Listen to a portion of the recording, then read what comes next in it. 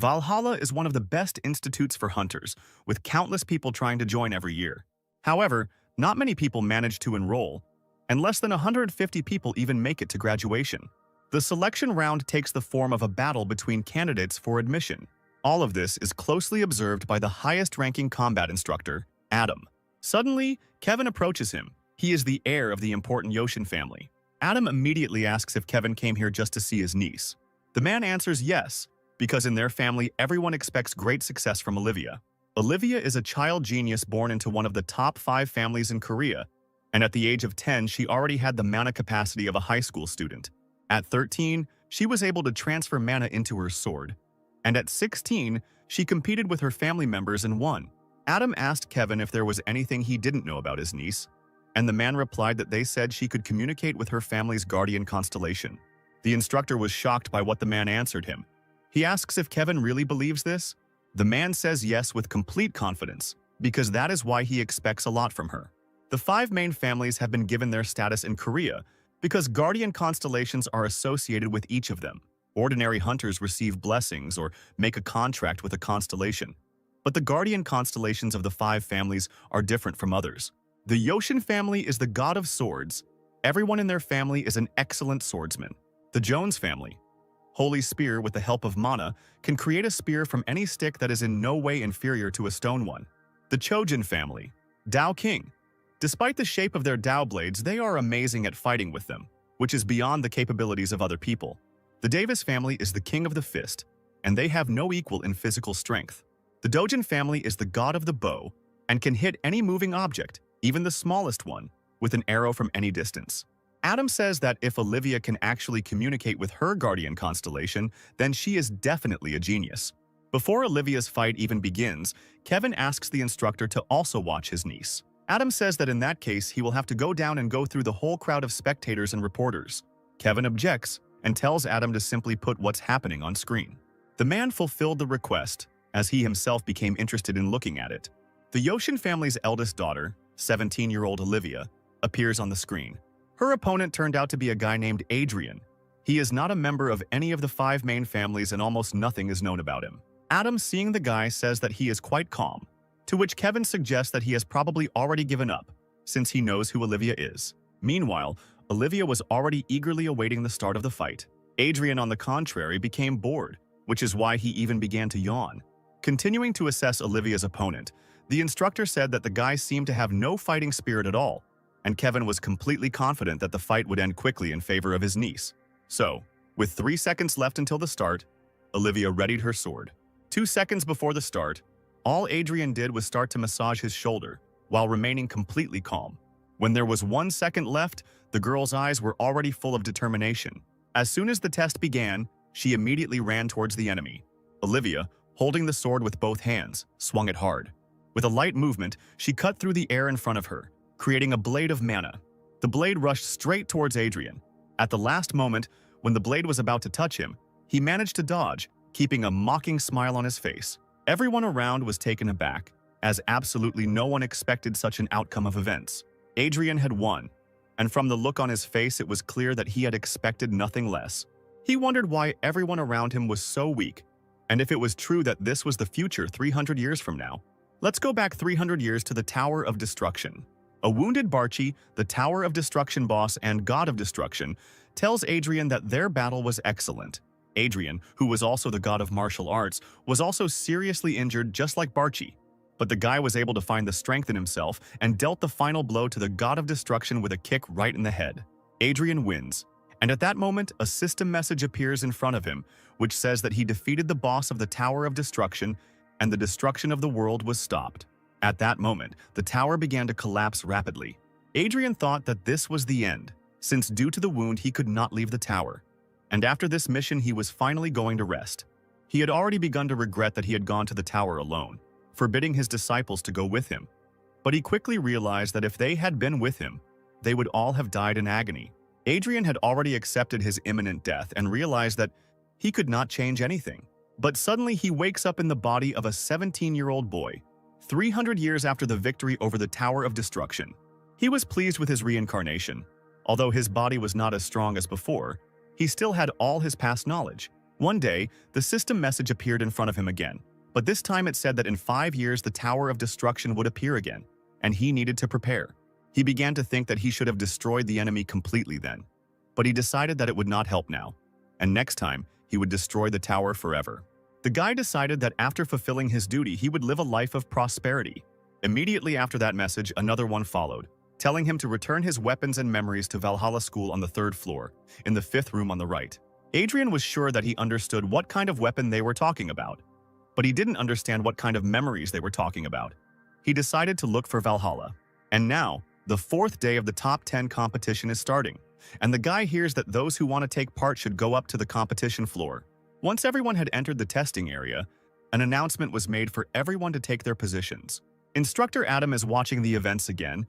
He noticed that there are more people today than ever before, probably because all 5 main families are gathered here.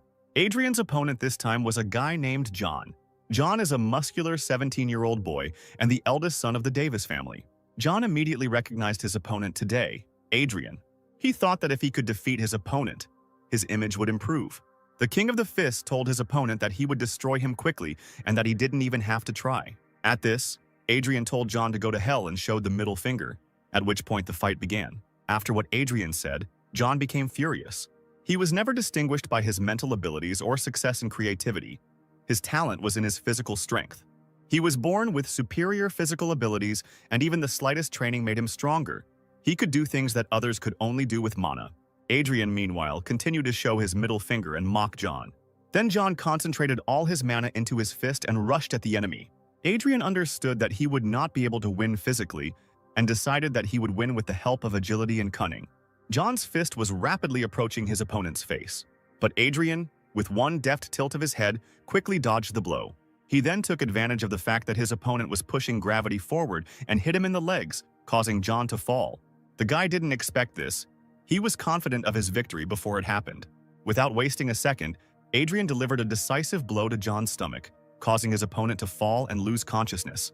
Adrian won again, and once again realized that although his body was weaker than before, it did not create much of a hindrance. The whole thing was being watched by John's father, the head of the Davis family, who immediately realized that Adrian had won through his own cunning. He understood and comprehended the boy's entire combat tactics. He understood that his son could dodge any attack, but not this one, because in this case, all of Adrian's movements were clearly planned. The man concluded that he was moving even faster than his son's top speed. He figured out the guy's brilliant plan and realized all its genius. He was delighted and horrified at the same time. The head of the Davis family decided that he would bring Adrian into his family, no matter what it cost him. As he went out to fight his next opponent, the boy did not understand why grown men were shouting words from the spectator seats, calling a 17-year-old girl a big sister. Adrian's rival was a 17-year-old girl named Roxy, who was the second daughter of the Chojin family. The match began, but neither opponent was in a hurry to attack first. Adrian was surprised that the girl waited and prepared, because all his opponents before this had attacked rather thoughtlessly. He concluded that she was better than the others because she could understand the situation. Then the guy became interested and decided to start moving towards the girl. Roxy immediately began to take out the blade, fill it with mana, and change the element, producing lightning. All the spectators were taken aback by what they saw, because she is only 17 years old, and she already has such serious skills. The opponents approached each other. The girl continued to quickly draw her sword, and the guy simply grinned. The girl's eyes were full of determination and confidence. She made a sharp movement of her hand and struck towards Adrian and was bound to hit. But somehow he managed to dodge. The girl was perplexed. The guy said she had a chance if she hadn't shown with her eyes where she would hit. Roxy was taken aback, and Adrian was already standing next to her, ready to take the next step towards victory. He launched a mana strike straight into the girl's chest, thinking that this strike would be decisive. But Roxy was only thrown back by the shockwave. She remained on her feet and did not lose her balance. Adrian realized that he didn't feel what was hitting his body, and the girl was able to block the blow with her sword. Goosebumps ran through the girl's body from how strong the blow was. While Roxy was shocked, Adrian wasted no time in delivering his next blow. He struck straight at the girl's sword with incredible force. She had not yet had time to recover from the previous blow, when the sword, which was aimed with its blade right at the girl's ribs, struck her. Roxy was unable to react and defend herself, causing her to fall. Adrian noticed that something was wrong with his blow, but he didn't focus on it, since the girl was defeated anyway. The guy once again defeated a representative of one of the main families. Adrian was #1 on the list of Valhalla's qualifying trials, entering Valhalla. After the competition, the winner was surrounded by reporters. Each of them urged the boy to join their guild, shouting out certain benefits. Adrian was very angry about this. You could tell from his face that he was furious, and he sent everyone to hell, showing the middle finger. News of this ignoramus quickly spread across the internet. All the comments were filled with people's indignation. Everyone was talking about his bad manners, but the guy didn't care about it. And so, the first day of his training in Valhalla arrived. The guy was not at all interested in hearing about the school's 100-year history, and he was immersed in his thoughts. He noticed that the other students recognized him and showed attention to his person. Adrian had already begun to wonder if he had gone too far yesterday, but he quickly realized that he didn't care what others thought. The guy suddenly remembered the recent system message that had appeared in front of him recently. He remembered that he was only here to get his weapons and memories back. Immediately after the introductory lecture, he quickly left the school with the thought of how to quickly get to the 5th room on the right on the 3rd floor of the school. He headed to his next lesson, which was to take place in the virtual combat simulation room. A young 24-year-old teacher named Chris was already waiting for the group in the office. The teacher was perplexed by the fact that 3 representatives of the main families were placed in one class at once. Yes, Roxy, John, and Olivia will be in the same class. But when the teacher noticed another guy in the group, he was shocked. Adrian was also assigned to his class. The teacher immediately realized that the year would be very difficult, but he could not remain in thought for long. He calmed down and began the lecture. Chris greeted the students and announced that he was their class teacher. Without waiting long, he decided to start the lesson right away, sharply pressing some button. The space around the students began to change rapidly, and all the students became very scared as they did not understand what was happening. And so they found themselves somewhere in the forest among the trees. Even Adrian was taken aback by this. He immediately began to look around, studying the area. Suddenly, the students began to be surrounded by angry monsters. The students were even more scared, as no one expected this to happen in their first lesson. John immediately assessed the situation, realizing that these monsters were orcs and goblins and that their numbers were quite large. Looking back, the guy returned his head to its previous position and was immediately taken aback by the fact that right in front of his face was already the hand of one of the monsters. The goblin tried to attack John, but he failed because the students were protected by the dome shield. This solid creation was the work of teacher Chris, who was watching the proceedings with a grin. The monsters continued to try to attack the students, but the barrier did its job. While all the students were distracted by what was happening, Adrian heard his teacher calling him. He calmly approached Chris, not suspecting what he was about to offer him. The teacher mockingly asked if the boy would be able to cope with all the monsters on his own. Chris was sure that the students had only seen monsters in books, and by making such an offer to Adrian, he thought that it would humble the boy's ego. But Adrian simply laughed at the teacher's question. Chris was taken aback, not expecting such a reaction.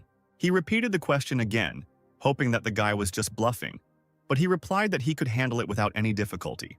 The teacher, still in a state of shock, shouted at Adrian to try it since he was so brave. The student knew that such tasks were usually not given at the first lesson and demanded a reward if he managed to destroy all the monsters.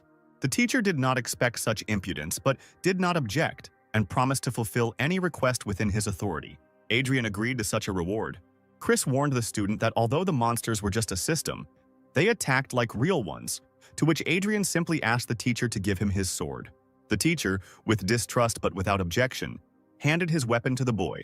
Adrian was flattered by this. He took a good look at the blade and prepared for battle. And then the barrier in front of him disappeared, and he headed towards the orcs. The students abruptly turned their attention from the monsters to the guy who decided that he could win on his own. And then fury flashed in Adrian's eyes, and he struck the first blow, cutting down several monsters at once. With each blow, he destroyed more and more monsters. The orcs tried to attack Adrian from behind, but they were unsuccessful. The guy dodged all the attacks every time and delivered his own blow. He thought that 300 years had passed since he last held a sword in his hands. At that time, the world could not function fully due to monsters, and improvised means were used as weapons. Lost in thought, he didn't notice how an enraged goblin was already trying to attack him from behind. But as usual, the guy dodged his attack. He had long ago realized that the monsters here moved according to a simple pattern. All these monsters are just well-made fakes. The teacher and his students watched closely as Adrian easily destroyed all the orcs and goblins. Chris was incredibly surprised by what was happening, as the sword he gave to Adrian was completely ordinary. The way the guy cut through all the monsters was truly amazing, because there was not a drop of magic in the sword. Olivia watched everything with a very displeased face. To John, everything that was happening seemed completely crazy, and only Roxy looked at it with complete admiration. And so, Adrian defeated all the monsters. He immediately said that his desire was to go down to the room of the constellations. With a smirk on his face, he asked Chris if their agreement was still in force. The teacher clearly didn't expect the boy to ask for something like that, and now, the environment has changed again to the familiar office. Chris will announce the end of the lecture. All the students began to leave, and only Adrian could not get up from his place. He was very exhausted after the battle with the monsters. The boy didn't expect that lessons could last so long, since he had never studied at school. His only desire was to find what he needed and quickly leave this place. As he left the school building, he once again became immersed in his thoughts. Even though the lessons today were rather boring for him, he still learned something new about constellations, because in his past life there was no such thing as constellations at all. Constellations are those who have achieved greatness and become gods. Most of them are associated with hunters and give them special powers. And Valhalla is the third largest academy in the world, which contains many relics of the constellations. And so Adrian walked, thinking that he needed to quickly return to the dorm and start training martial arts, since his body was too weak. He was distracted from his thoughts by a female voice that called out to him from somewhere behind. Turning around, he saw Roxy behind him. At this time, an important conversation was taking place in the teacher's room between teacher Chris and instructor Adam. The teacher was talking about how what happened in class today was humiliating for him. He wondered if Adrian was really just a high school student. Adam was very shocked that a guy who had never even seen monsters was able to single-handedly defeat 120 monsters. It was really very strange because Adrian had never seemed special to anyone. Adam explained that Adrian was an orphan and lived in a small orphanage located in a very dangerous area. Chris suggested that the guy might be a spy, but the instructor quickly refuted this, saying that he had already conducted his own investigation and found nothing strange. Moreover, the spy would hardly attract so much attention with his behavior and enter Valhalla. Adam remembered that Chris told him about Adrian's request after defeating the monsters. The instructor decided to touch on this topic. He considered the guy's request strange, since he himself could have gotten there after the first semester, but he decided to offer his help and negotiate with the director about this. The instructor thought that if the guy visited this place earlier, nothing bad would happen. Chris said that he was worried about there being so many geniuses in his class, to which Adam, rushing to console the teacher, said that there was a student from the Ventric family in another class. This guy is from the main Ventric family and his name is Bob Ventric. The teacher heard that this guy was expelled from the British Academy because he was causing trouble. This news made Chris calm down and realize that things weren't so bad in his class compared to the one next door. Let's get back to what's happening between Adrian and Roxy at this time. Adrian turned around, waiting for what the girl would tell him. Roxy asked the boy in a determined voice to teach her how to wield a sword. The guy was completely indifferent to this request, taking it seriously. The girl continued to insist on her own and repeated her request. The guy's face at that moment twisted in an expression of complete incomprehension. He clearly didn't expect such a proposal. The girl said that she absolutely needed to learn fencing, which Adrian had demonstrated then. The guy listened to everything the girl said with absolutely no interest, scratched his ear, and refused. Roxy, who expected a different answer, asked why he refused, to which Adrian said that he simply didn't want to, adding that he would leave if the girl had nothing more to say. She repeated her request once again. What was happening began to irritate the guy very much. He said again that he did not want to do anything with her. He rather rudely ordered Roxy to get away from him and, turning sharply, walked away, leaving the girl alone with herself. And now a new school day has arrived. All the students have already come to school. Adrian thought again about how weak his body was, that it didn't even have magical abilities. But he decided that this problem would be solved when he found what the system message told him. His thoughts were interrupted by a guy who, unnoticed by Adrian, appeared right in front of his desk. It was the 17-year-old son of the main family, Ventric, Bob Ventric, and next to him stood his companion, 17-year-old Alice. Bob, with a smirk on his face, called Adrian by name, to which the guy asked him who he was. The Ventric family representative then thought that the guy was very uneducated since he didn't know his family. Bob introduced himself and with an evil grimace on his face asked if Adrian wanted to become strong. If you delve a little into the structure of the main families, you will notice that it is much more difficult for representatives of the side branches to obtain status, compared to the main branch. However, the Ventric family has a beaked mask, which is what sets them apart from other families. Usually, a family has a constellation guardian of S-class or higher who protects that family, and they choose a family member and give him power. But in the Ventric family, things are different. The guardians may decide to sign a contract with a family member who is not a constellation. Thanks to this distinction, the Ventric family has enormous influence throughout Europe. This also implies that your bloodline doesn't matter at all, as a side branch can have the same power as the main one. Bob Ventric became too arrogant when he felt he had power, which led him to do bad things, and he was expelled from the British Academy. But he didn't take the problem seriously, because thanks to his pedigree, he always gets what he wants. After thinking about how he always got everything, he looked towards Alice with a nasty smile. Bob knew his family could always get him back on track, but he knew he had to get Adrian on his side first. And so, Ventric, standing right in front of the desk where Adrian was sitting, told him that he would lead the boy to his family's constellation if he was on his side. Adrian, with a completely displeased face, asked if Bob was an idiot by any chance. This answer hit Ventric's pride hard, and he was stunned. The girl accompanying him was very embarrassed. Having come to his senses, Bob asked Adrian again what he had told him. The guy said that he was far from stupid, and he immediately understood from Bob's manner of communication that he just wanted to use him. Ventric was furious after hearing this, calling Adrian a dirty and uneducated man. In a fit of rage, he didn't notice how Instructor Adam had already entered the office. The boy was distracted only after the teacher asked him to return to his seat. Bob shouted at the instructor not to use his full name, and Adam replied that Valhalla had different rules than the British Academy. The guy got angry but did not continue the conflict. He just looked very unhappy and angry. He quickly headed towards the door, and Alice followed him. As he left the office, he told Adrian that they would need to talk again, to which Adrian said nothing. Now all the classes are over, and the students once again leave the walls of the educational institution. This time, Adrian was thinking about how he hadn't learned anything new today, but again he was distracted from his own thoughts by Roxy. The girl repeated the same phrase as yesterday, asking the guy to teach her fencing. The guy looked at her with a very displeased face. At this time, an enraged Bob was in the elite dorm room of Valhalla. He circled around and even broke a very expensive lamp with his own fist. Ventric thought about Adrian's insolence, how a lower class could dare to humiliate him like that. He eventually ordered Alice to call another Ventric named Larry and tell him that there was something he needed to do. The girl, without responding to Bob's order, simply looked down at the floor. The guy was already very angry at this point, and the girl's silence was the last straw. He came up and grabbed her by the hair with all his might.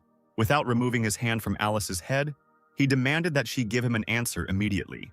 In a very furious tone of voice, he asked if she still considered herself the eldest daughter of the palace family. He continued to put moral pressure on her, asking if she wanted him to throw her out of the family, to which the extremely frightened girl answered in the negative. Bob threw the defenseless girl with incredible force so that she fell with her whole body right on the floor. Ventric, without an ounce of compassion for the girl, simply repeated his order again, adding that he wanted to get rid of one person. He also said that he wanted to meet the son of the Rice family, who was a second-year student at Valhalla, and demanded that a meeting be arranged with him. This time, the exhausted girl responded obediently. Let's move to Adrian's room, where he trained before going to bed. He trained his abilities to handle mana and attract magic, but he couldn't do anything. He started to think that his body was just trash. Suddenly, he remembered his conversation with Roxy today, who had approached him again after school with the same request. He was very unhappy with her persistence at that moment. The girl continued to follow the guy for a long time, and when he turned around, she simply repeated her request over and over again. The guy simply asked her if she was tired of following him around and if she was a parrot. This began to irritate Adrian quite a bit, and he began to think about how to make her leave. He said that the amount for one lesson would be 10 million won. The girl hesitated, and the guy said that if she couldn't afford it, then he was leaving. Then she sharply asked him to give her his phone number. The guy asked why she needed his phone, but he didn't stop her and obediently handed her his gadget. Roxy said she would write her number down there, explaining that it would make it easier for her to transfer money to him. After that, she immediately gave the phone back to Adrian, who clearly did not expect such an outcome. Turning on his phone, he saw that 100 million won had been credited to his account at once. He was a girl who could afford to pay for 10 lessons at once. Roxy asked again if the guy would now agree to teach her. Adrian, smiling sarcastically, said that he still wouldn't do it and simply refused to accept the money. And so, thinking about everything that had happened before going to bed, he wondered how the student could transfer such a huge amount of money at once. He began to regret that he had refused such a sum, but quickly came to the conclusion that it was even for the best. because he would not have to reveal his secrets. Adrian knew that his main goal at the moment was to find what the system message was talking about. He quickly got dressed, took a shovel, and went to look for the secret storage. And now he is already determined to start searching. Lost in thought, he thought about how he had checked everything in advance before entering Valhalla. But all the important records from 300 years ago had been destroyed. He understood that most likely there were only 3 parts of the records left. Although the sources say that there are 4, most likely they were located in the mountains of Valhalla. Adrian began to emit mana, which began to fill the space around him. This helped him find records that responded to his magic. The guy could do all this, even with a tiny amount of magic. And then one part started to glow blue.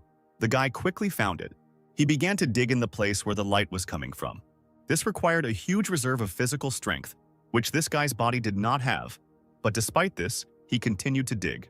The guy thought that if it weren't for the Tower of Destruction 300 years ago, he wouldn't have buried them at all. He finished excavating only at dawn. The tired guy stood near the hatch and couldn't believe that he had finally managed to do it. He quickly found the keyhole that opened the hatch leading down. Since a normal key couldn't open it, Adrian began making a key from his own mana. He did it quickly enough and proceeded to open the hatch. The guy was very exhausted, but at the same time happy that he had succeeded.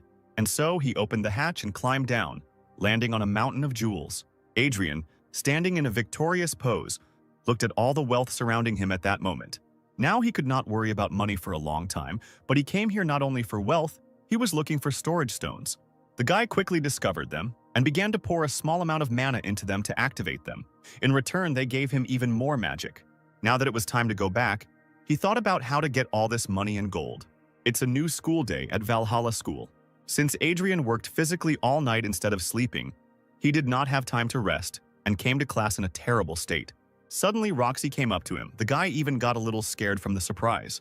Roxy, indeed, repeated the same thing like a parrot, asking Adrian to teach her the art of swordsmanship. The guy was no longer angry. He calmly asked why the girl still couldn't calm down. He learned that her family, which is one of the main ones, is the best in swordsmanship. Adrian said that she will get more information from her family. To this, Roxy replied that she wanted to learn from him, and no one else would suit her, since Adrian was the best in swordsmanship of anyone she had seen. The guy became embarrassed and asked what about her father, since he was the head of Chojin. The girl's face immediately changed. She became colder and her gaze became glassy.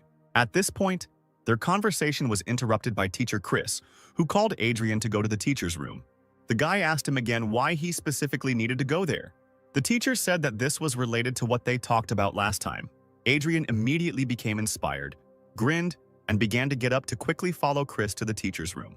Roxy felt awkward, and when the guy was already leaving, she called out to him and asked for forgiveness. She looked down at the floor, losing all hope that the boy would eventually agree to teach her. And suddenly, Adrian turns around and sets a date for the classes. He said that it will happen tomorrow at 6 in the morning on the training ground. The girl was taken aback, and the guy asked again if she had changed her mind. This question brought the girl to her senses, and she began to rhythmically shake her head from side to side.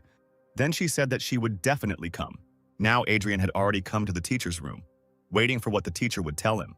Chris said that the boy was approved for a pass to the constellation room. This news made the student very happy. But then the teacher said that the guy would just have to go down to the basement. Adrian, not expecting this, asked again if he had heard everything correctly. Chris answered this question positively and added that the guy would not be allowed to go below the first floor. Adrian, not listening to what Chris was trying to say next, asked when he could go there. To this, the teacher said that he could come tonight if he had the opportunity. Adrian said that he would come. The teacher was confused that the boy did not argue about the ban on the second floor. He did not think that Adrian would agree so easily. After that, Chris said that the conversation was over and the guy could go. And so the night came. Chris and Adrian came to the appointed place. The guy immediately began to look around, studying the area. He noticed that there were at least 2 guards at each door. Also, all the outer walls were very well protected by all types of magic. Adrian asked if he could ask teacher Chris one more question, but the teacher responded positively. Then he asked how hard it was to get down to the second floor and whether it was necessary to do something criminal to do this. The teacher said that it was not difficult and no crime was needed, but if the boy did it, he would be expelled. Moreover, Adrian will go crazy before he can even leave school.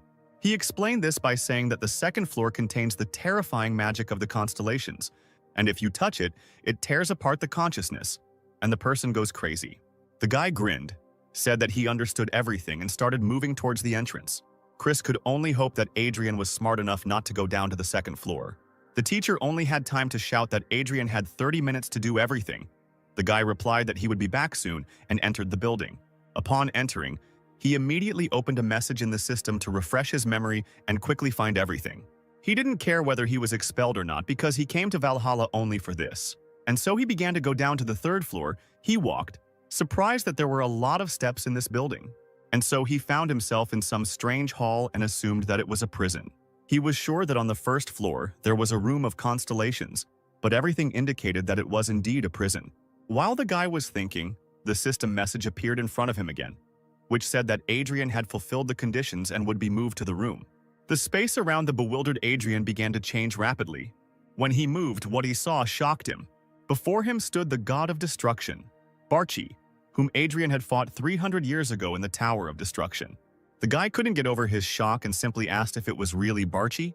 The god of destruction gave a positive answer and said mockingly that this reunion should take place after 300 years.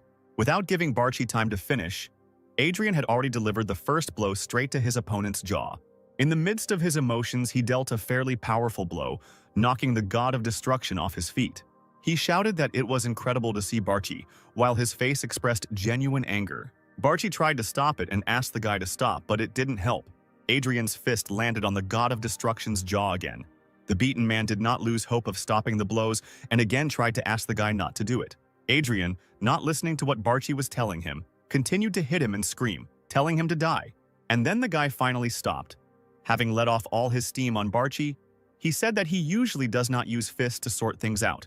The god of destruction thought at that moment that there would be no more blows in his direction. But he was wrong. Adrian raised his leg and kicked Barchi, who was lying on the floor. With all his might, he did this in revenge for what happened 300 years ago. The guy was about to strike again, but he was distracted by a question that Barchi asked. He asked why the guy wasn't interested in what kind of place was around them. Then Adrian became really interested in it. He started looking around and realized that there was nothing around, only emptiness.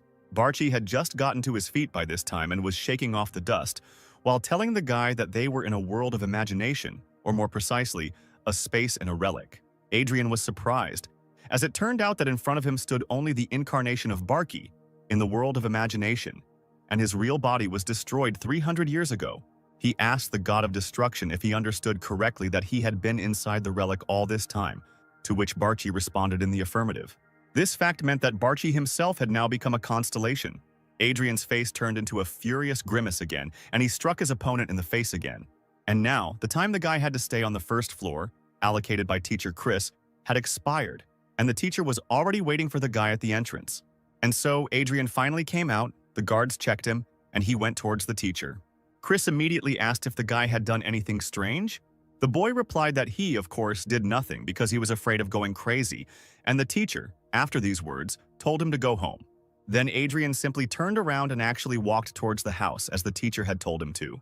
He walked, once again replaying the conversation with Barchi in his head, remembering all the details. Then he asked Barchi whether he was the creator of that pop-up message in the system or not. And what was it anyway? The god of destruction simply said he had no idea. For this, Adrian grabbed Barchi by the collar of his suit and lifted him up, swinging his fist. Barchi, frightened, said that he was telling the absolute truth, and in general, he had been locked up here for 300 years after that battle. Then the guy put him down on the ground and asked who was sending the messages then. Adrian listened attentively, as Barchi said that he too had been sent a message that spoke of Adrian being reborn. He said that thanks to this, a suspicious person surfaced who possibly made him the owner of the Tower of Destruction. But Barchi didn't know who this man was, since his memories had not yet fully returned. He asked Adrian what was in his notice, and the boy told him everything without hesitation. But he didn't understand what kind of memories he was talking about. It seemed to him that he already remembered everything that happened in the tower 300 years ago, down to the smallest detail. Barchi suggested that the guy thought so because his memories had not returned yet. But this would happen soon since he had already found the weapon. Adrian, not understanding what was being discussed, asked what weapon Barchi was talking about. The god of destruction replied that this place was the inner world of the 4 village swords that had become sacred relics. He added that he became a constellation because he used the sword as a relic. This suddenly sent Adrian into a fit of rage again, and he began shouting insults at Barchi. Remembering all this on the way home, Adrian still couldn't understand how his village sword became a relic with a constellation inside. He wanted to destroy this artifact and leave it there, but he also did not want to leave Barchi unattended and took the sword with him. Besides, most likely, the new task from the system would have been impossible to complete without this sword. Once again, his thoughts were interrupted by a voice calling out to him from behind, asking if he was the winner of the Valhalla qualifying trials. Turning around, the guy saw a gang of guys who were clearly hostile. They said that they were older than Adrian, demanding respect. The gang was led by a second-year student at Valhalla Academy, who was also the eldest son of the Sunrise family, Eric. Adrian, keeping the absolute, asked if bullies like them could also have juniors. The gang members really didn't like the fact that the guy wasn't scared at all, and on the contrary, he was showing impudence. And then one guy from the gang, completely confident in his abilities and not seeing a threat in Adrian, volunteered to be the first to beat the guy up. As soon as he took the first step towards Adrian, he immediately kicked him in the stomach. Adrian, in anticipation of the fight, urged the guy to start quickly. He delivered the next blow by jumping into the air and hitting with the same foot, but this time in the face. The guy could not resist such a blow. He simply did not have time and was defeated. The blow sent the bully flying straight into the crowd of his gang. The blow was so strong that when the guy had already fallen, but continued to roll along the ground by inertia, an impressive track was left behind him. At this moment, the guy's confidence diminished a little. Eric looked at Adrian, who already had his artifact sword in his hands. He didn't understand how the guy ended up with a weapon, since he definitely didn't have one just now. At that moment, Adrian's eyes sparkled and a slight madness appeared on his face. He said that if everyone stood like a pillar, he would smash everyone's skulls. Let's go back 3 hours to when Bob was talking to Eric in his house. He told Eric to take care of one first-year student, meaning Adrian.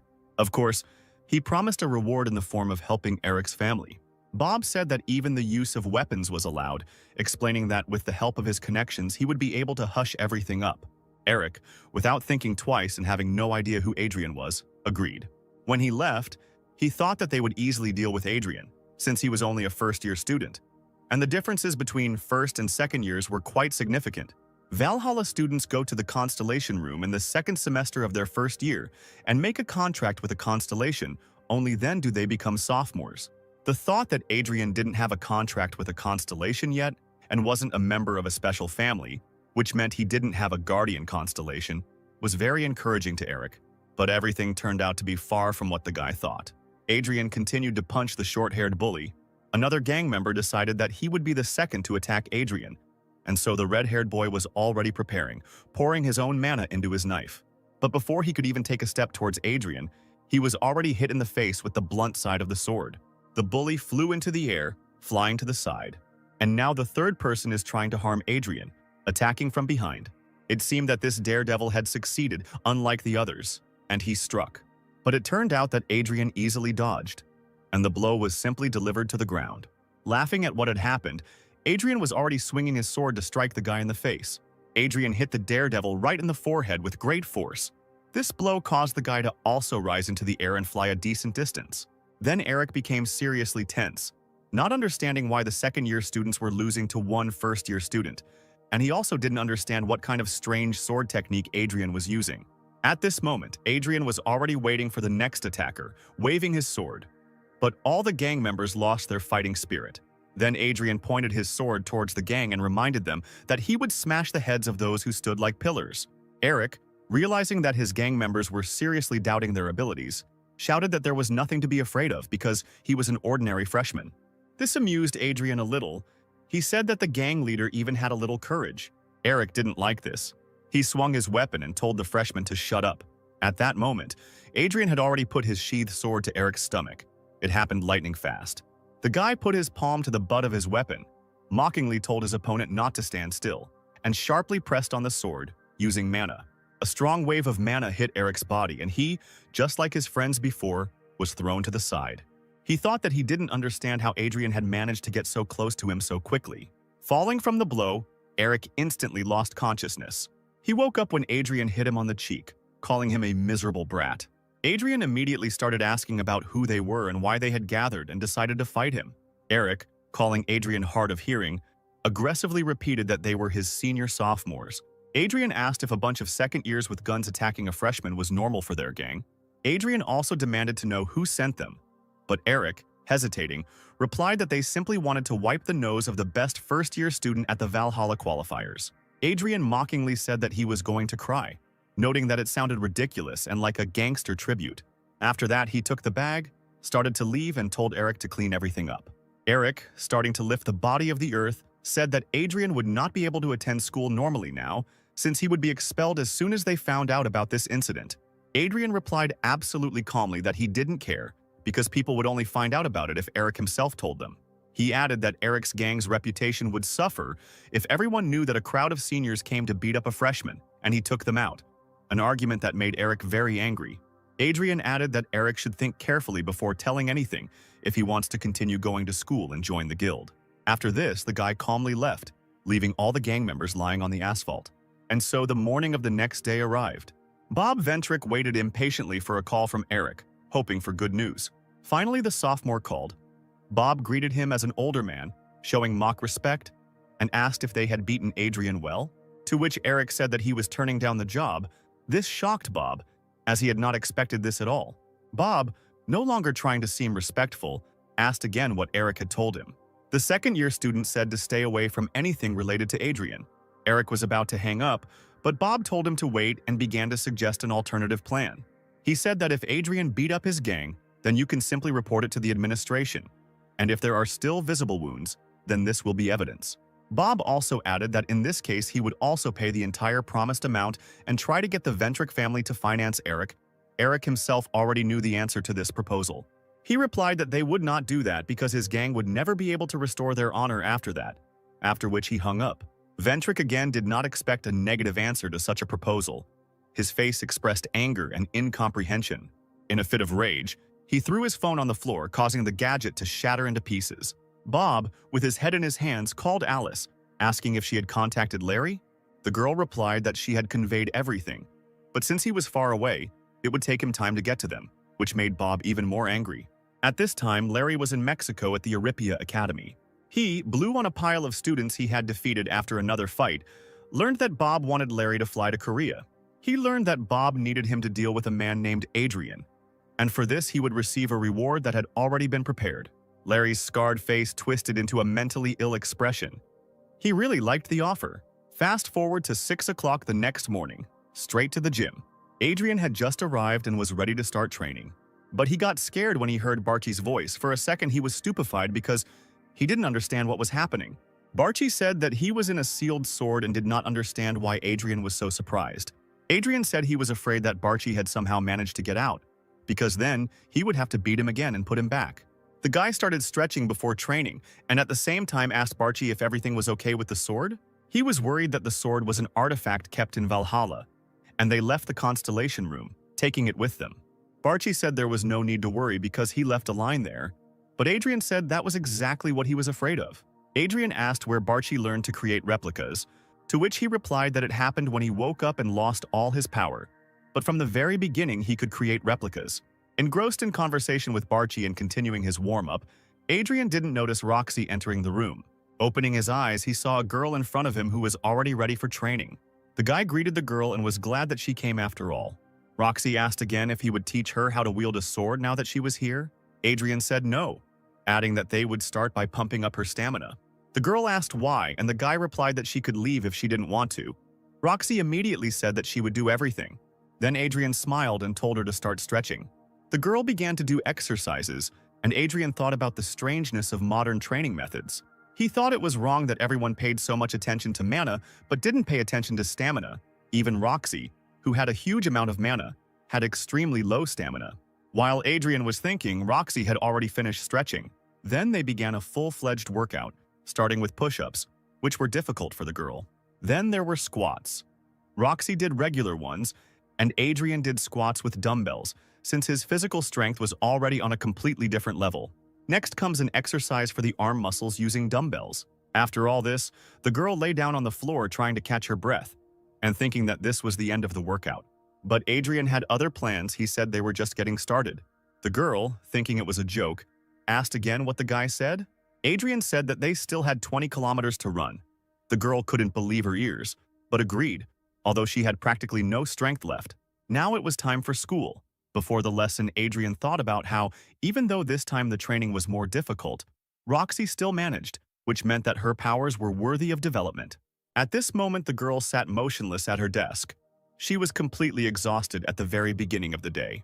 And so the lecture began. A high-class instructor and teacher of the topic of spatial monsters, Lilia, entered the class, who immediately ordered everyone to be silent. She said that today they would have a simple written test, which she warned about. All the students listened to her attentively. Everyone started to do it. Adrian finished faster than anyone else. Lilia announced that time was up and that the tests needed to be passed forward, starting from the back desks. She said that today's test will not affect the students' grades, but will be used to assess their knowledge. After that, she said goodbye to everyone and left the office. At this point, Barchi contacted Adrian, asking if the guy was sure he could write such answers. Adrian thought it was awkward that Barchi was watching him do the test. Only then did the god of destruction explain to the boy that he could read his thoughts regarding himself. Having understood the situation, Adrian said that he only answered as he knew. At this point, Lilia had already started checking the work in the teacher's room, and it seemed like all the work had been done well. But one work really angered her. She couldn't understand whether they could really be considered answers at all. Teacher Chris, who had just made coffee and was about to take a break, passed by. He saw that Lily was very unhappy about something and felt angry. The teacher asked if she was currently checking his class's tests, to which she replied yes. She said that she had assigned the students to learn how to properly kill monsters in order to prepare for the combat simulation in the next class. Lilia added that the class was quite strong. There are children from 3 main families in the class and everyone did quite well. Chris said that since everything was great, he would go further, and Lilia gave her approval. As soon as he moved away and was about to take a sip, he heard a sharp cry behind him, which made him splash the drink. He turned around and saw that Lilia was screaming. She was screaming that she didn't understand how the student dared to call these the correct answers. Lilia added that it was Adrian, and that not only did he not try hard at his work, he was actually making fun of the class. She wasn't going to ignore it. She said that at the next lesson she would show him his work and explain that monsters can't be killed so easily. 1 week passed. A lesson began in the battle simulation room, which was conducted by teacher Lilia. She told the whole class that she had brought their past tests and that most of the results were very good. But there was one flaw. After these words, she told Adrian to come to her. He obediently followed her order, while Lily herself watched him closely with a displeased face. She thrust the test forward with a sharp movement of her hand and told him to take it, adding that having 0 points on such an easy level test was unacceptable. The guy objected, saying that he took the job very seriously. The first task was to name the most effective way to deal with the stone goblin. The guy wrote that his stomach needed to be cut open, and Lilia started to get irritated after that. To the second question about what a person would do if he saw 8 jungle goblins coming towards him, Adrian replied that he would start with the closest one, and the flood would pierce each one in turn. The teacher could not believe the seriousness and effectiveness of such methods. She asked again whether the guy really thought he could win with such methods. Adrian said that of course he could. Lily got angry. It seemed to her that the guy was just talking nonsense. Then she calmly said that since he was confident in his abilities, she would give him the opportunity to prove his methods, and press the button. The space around the students began to change again. Adrian wasn't as scared as he was the first time. He saw that there was a monster behind the barrier. The teacher said that if the boy killed the monsters the same way he wrote in the text, she would correct his grade. The guy, without thinking, put the test on the table and went to take the necessary weapon. Taking the necessary sword, he went towards the enemy. Lily was sure that, although he was able to defeat 120 goblins on his own, he would not be able to defeat a stone goblin with 1 blow. The guy was already standing in front of the enemy in the meantime. The goblin decided to attack first. Grinning, Adrian swung his sword at the stone goblin. With a sharp movement of his hand, he pierced his opponent's stomach through and through. Instantly, the monster's simulation began to disappear, indicating the guy's victory. And then the monster completely dissolved. The sword fell to the ground with a crash. The teacher, not expecting such an outcome at all, could not say a word. Olivia, who, like all the students, was watching the fight, was taken aback. She could not understand how he killed the stone goblin with an ordinary sword. John didn't understand what just happened either. Only Roxy at this moment once again admired Adrian's strength. Finding the strength within herself, Lilia finally asked how he was able to do this. The guy, not understanding why such a stupid question was asked, simply replied that he had just hit him in the stomach with a sword. Lilia understood that in order to defeat such a monster with a sword, one must have at least a Class A contract. and in a normal situation, it would be logical to deal with this monster with a blunt weapon. The guy asked mockingly if his answer was ultimately correct. The teacher said it would depend on the second task and quickly pressed the next button. The environment changed its shape again. Adrian found himself right in front of the entrance to the tunnel, on the walls of which lit torches were burning. Lily, when the guy turned his head away from the entrance, told the guy to be more attentive and look back. 3 jungle goblins began to emerge from the tunnel. The difference between these goblins and the normal ones was that they had problems with aggression. And if you do something wrong, the goblin will use the roar skill so that the rest of the goblins in the area will come running to help. She thought that usually a mage would either try to kill everyone at once or run away. There were only 3 goblins in front of the boy at the moment, but he didn't know that there were 5 more that would attack him immediately if the boy made a mistake.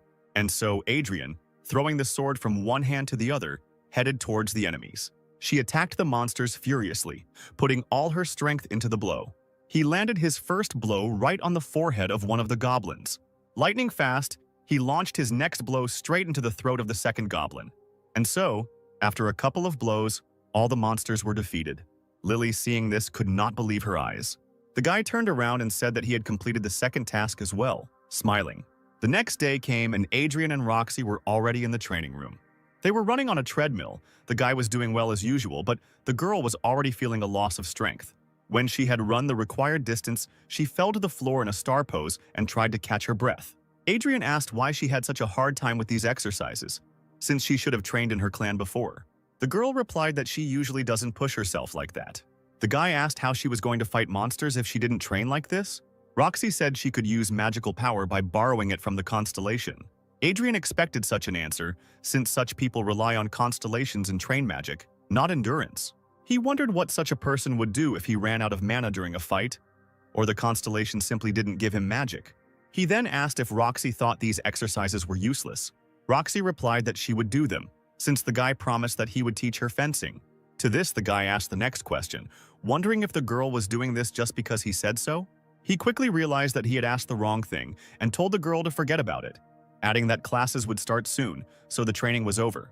The guy himself was in no hurry to leave, so Roxy asked why he wasn't leaving. Adrian replied that he would do one more approach and asked if the girl wanted to continue too. A second later, he said that it was better for her to go to school, and the girl did not object, left the hall, saying goodbye to the guy. So, when he was putting the discs on the barbell, Barchi contacted him and asked if the girl's name was Roxy, to which the guy replied yes. The guy said that he agreed to train with her only because she was pestering him with her questions. Barchi asked if Adrian had ever shown her his sword technique, to which the boy said no, but she had seen it during a fight in class. Barchi was surprised that she was able to see the power of this technique just by seeing it once. Adrian said that he found it interesting too. At that moment, the guy heard that he was not alone in the hall and turned his head. John was lying next to him, lifting a barbell. He was just finishing his training and also noticed Adrian. Adrian asked how long John had been in the hall. He replied that he always trains here and has been here since the morning. After these words, he went to the exit. Adrian noted that due to his predisposition, John could train for very long periods of time, which meant that his endurance was good. He told Barchi that this guy's approach to training was more sensible than others. The guy asked the god of destruction what these constellations do anyway. Barchi said that although he is also a constellation, because he was imprisoned for 300 years, he knows nothing about others like him. He added that the guy could learn more about this if he completed the system's task. A new task had already appeared in the system, which said that now you need to visit the Eye of the Great Forest of Valhalla, the home of Rona. But be sure to take the Heavenly Sword. He knew this was the survival site they would visit at the end of the first semester. The guy thought that if it weren't for these tasks, he would have gotten out of here as soon as he took his things. Adrian decided that he could not leave this place until he completed this task. Let's move to the United Kingdom in London to the Bentrick family mansion. On the walls of the entire mansion hung paintings depicting their relic mask and the masks themselves. At the head of the long table sat the owner of the house, Kayla Ventrick, and at the other end stood a servant. He reported to the chief that the labyrinth on the border had been taken care of. To this, the woman replied that this was very good work and asked if there was anything else to report. He said he wanted to hire a few competent people he had recently found, one of whom was the only survivor of the Robert clan. He then added that he had found another one. Both of them were A-rank contractors. Kayla approved the decision and said that after testing their abilities, they should be sent to her. The servant hesitated, not knowing whether to talk about another situation. But in the end, he made up his mind and said that he had something to tell about Bob Ventrick. He said Bob called Larry to South Korea. Kayla was very angry when she heard this news. Larry Ventrick was a very troubled child and a serious criminal. He committed numerous crimes using his family's name. At 19, he killed 5 people at an English academy over a simple argument. And at 20, he was already kicked out of his family. Kayla ordered the servant to follow Larry on Bob's behalf, to which the servant meekly agreed. She also said to warn Bob that if he was caught doing anything strange, he would be kicked out of the family just like Larry.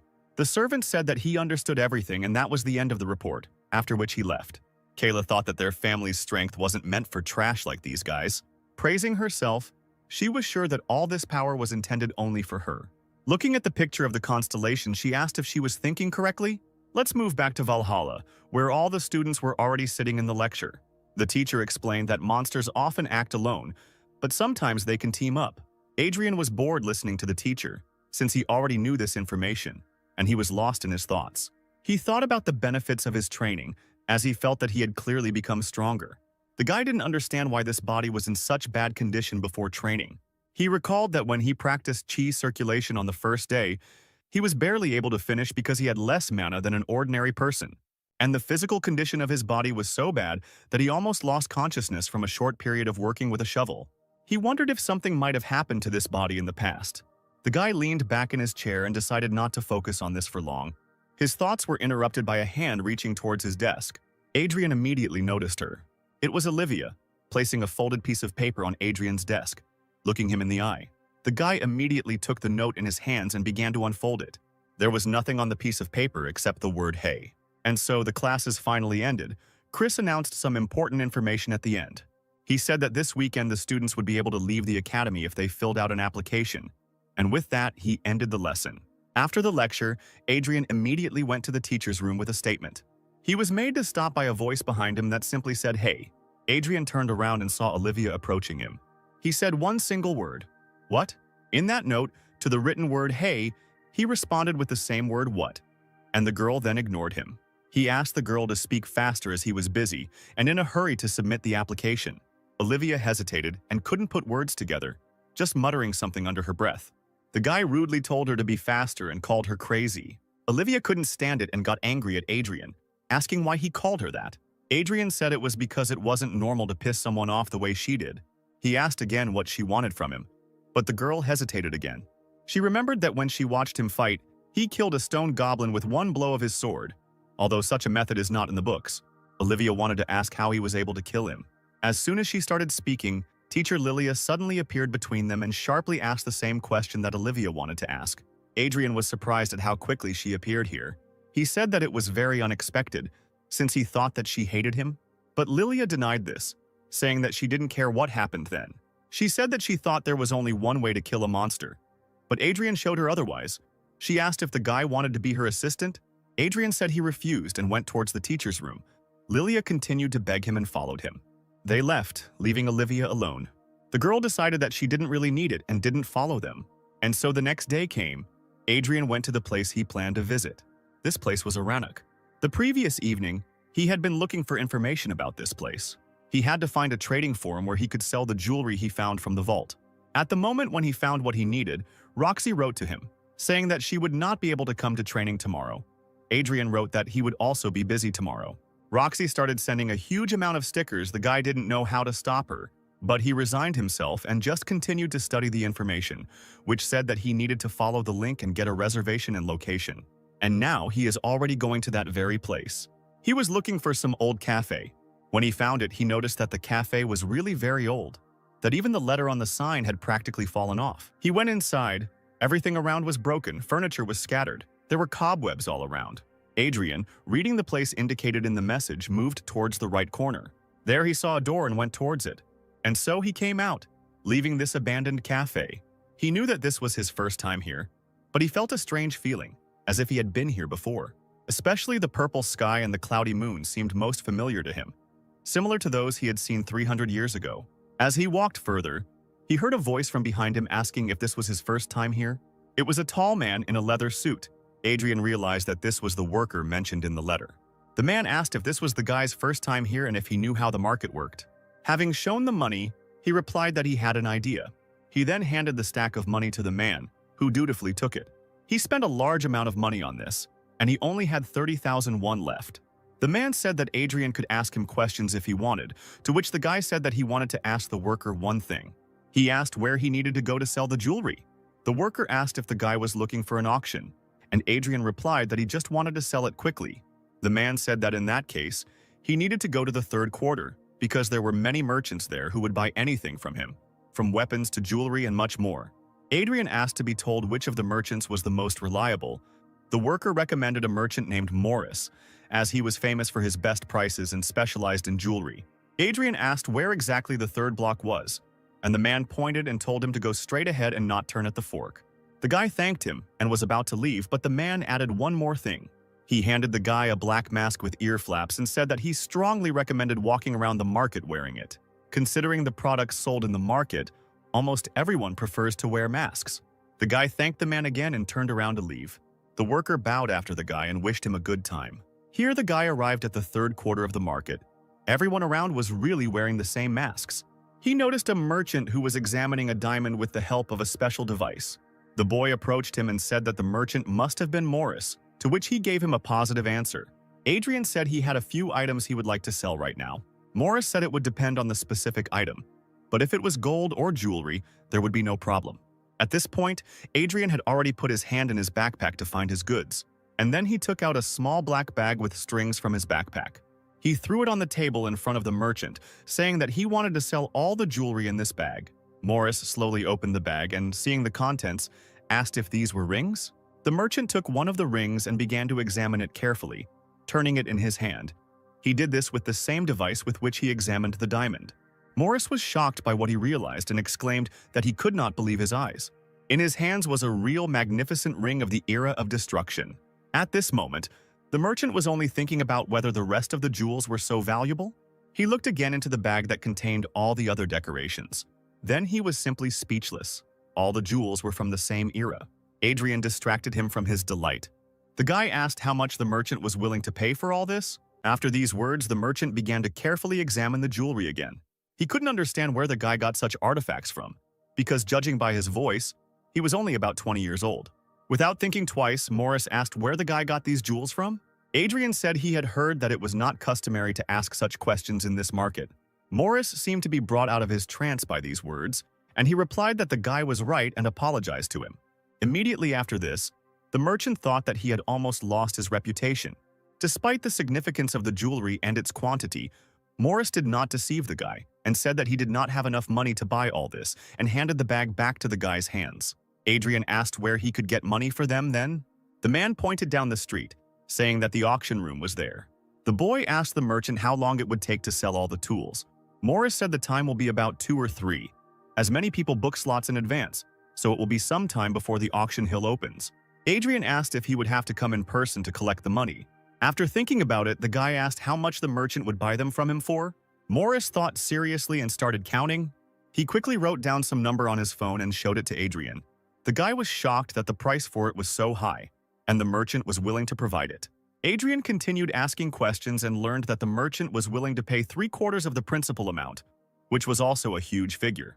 The man added that these were just his rough calculations, and if the guy went to the auction, things would go completely differently. Adrian was happy with the amount and told Morris that he agreed. Morris couldn't believe what he had just heard and asked the guy again. After all, these decorations were very expensive in their time, but now they have become even more expensive. The reason for the constant price increase was the constellations. The constellations that began to appear after this era reacted strangely to artifacts from it. Thanks to this, a commoner was able to make a contract with an S-class constellation. Morris thought that guy was still a contracted soldier. Morris thought about this as he looked at the ring again more closely, and noticed how incredibly powerful magic enveloped the jewel. He realized that the magic of that time still existed, and he also reflected on how incredibly lucky he was to have bought such meaningful things for such a small amount of money. The merchant decided that today was clearly his lucky day, but his thoughts were interrupted by a silhouette that created a shadow that blocked Morris's light. The merchant was shocked that the silhouette that appeared in front of him out of nowhere turned out to be the Black Cat, and also the owner of the market.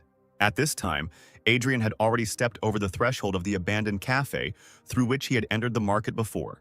He took off his mask, thinking about how awkward it was. The guy looked around a little to see if he had really come through this cafe, and he realized that this was it. Then he took out his phone again and looked at his bank account, which had recently been replenished with a large sum of money, which made the guy very happy. He knew that if this money ran out, there were still many different treasures in the vault. When the guy was leaving the cafe, his phone suddenly rang. The number was unfamiliar to the guy. Adrian picked up the phone and immediately asked who was on the other side of the call. The stranger turned out to be a very familiar Lily, who joyfully greeted the guy. The guy logically asked where she got his phone number.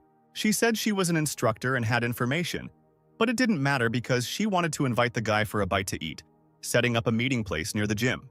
She added that she would pay for everything herself and abruptly hung up, not leaving the guy a second to answer, but he decided to go there for the free food. At this time, the conversation between the black cat and Morris continued in the market. The merchant asked why the owner himself was at the market, to which the man calmly said that their relationship was not so bad that he could not come. Morris said that although they had met a couple of times, a simple trader could not chat casually with a market owner. The owner was called the Black Cat because of his black mask on his face, which completely depicted the grace of a cat. The important man replied that it was precisely because of this attitude of Morris towards him that he liked him. Morris ignored the cat's phrase and again tried to find out why he came to the market. The Black Cat, leaning sharply against the table, said that it was nothing serious. It was just that the merchant had submitted an anonymous bid for the auction for the first time in a long time. To which Morris, clearly expressing displeasure, said that apparently the anonymous application was not so anonymous.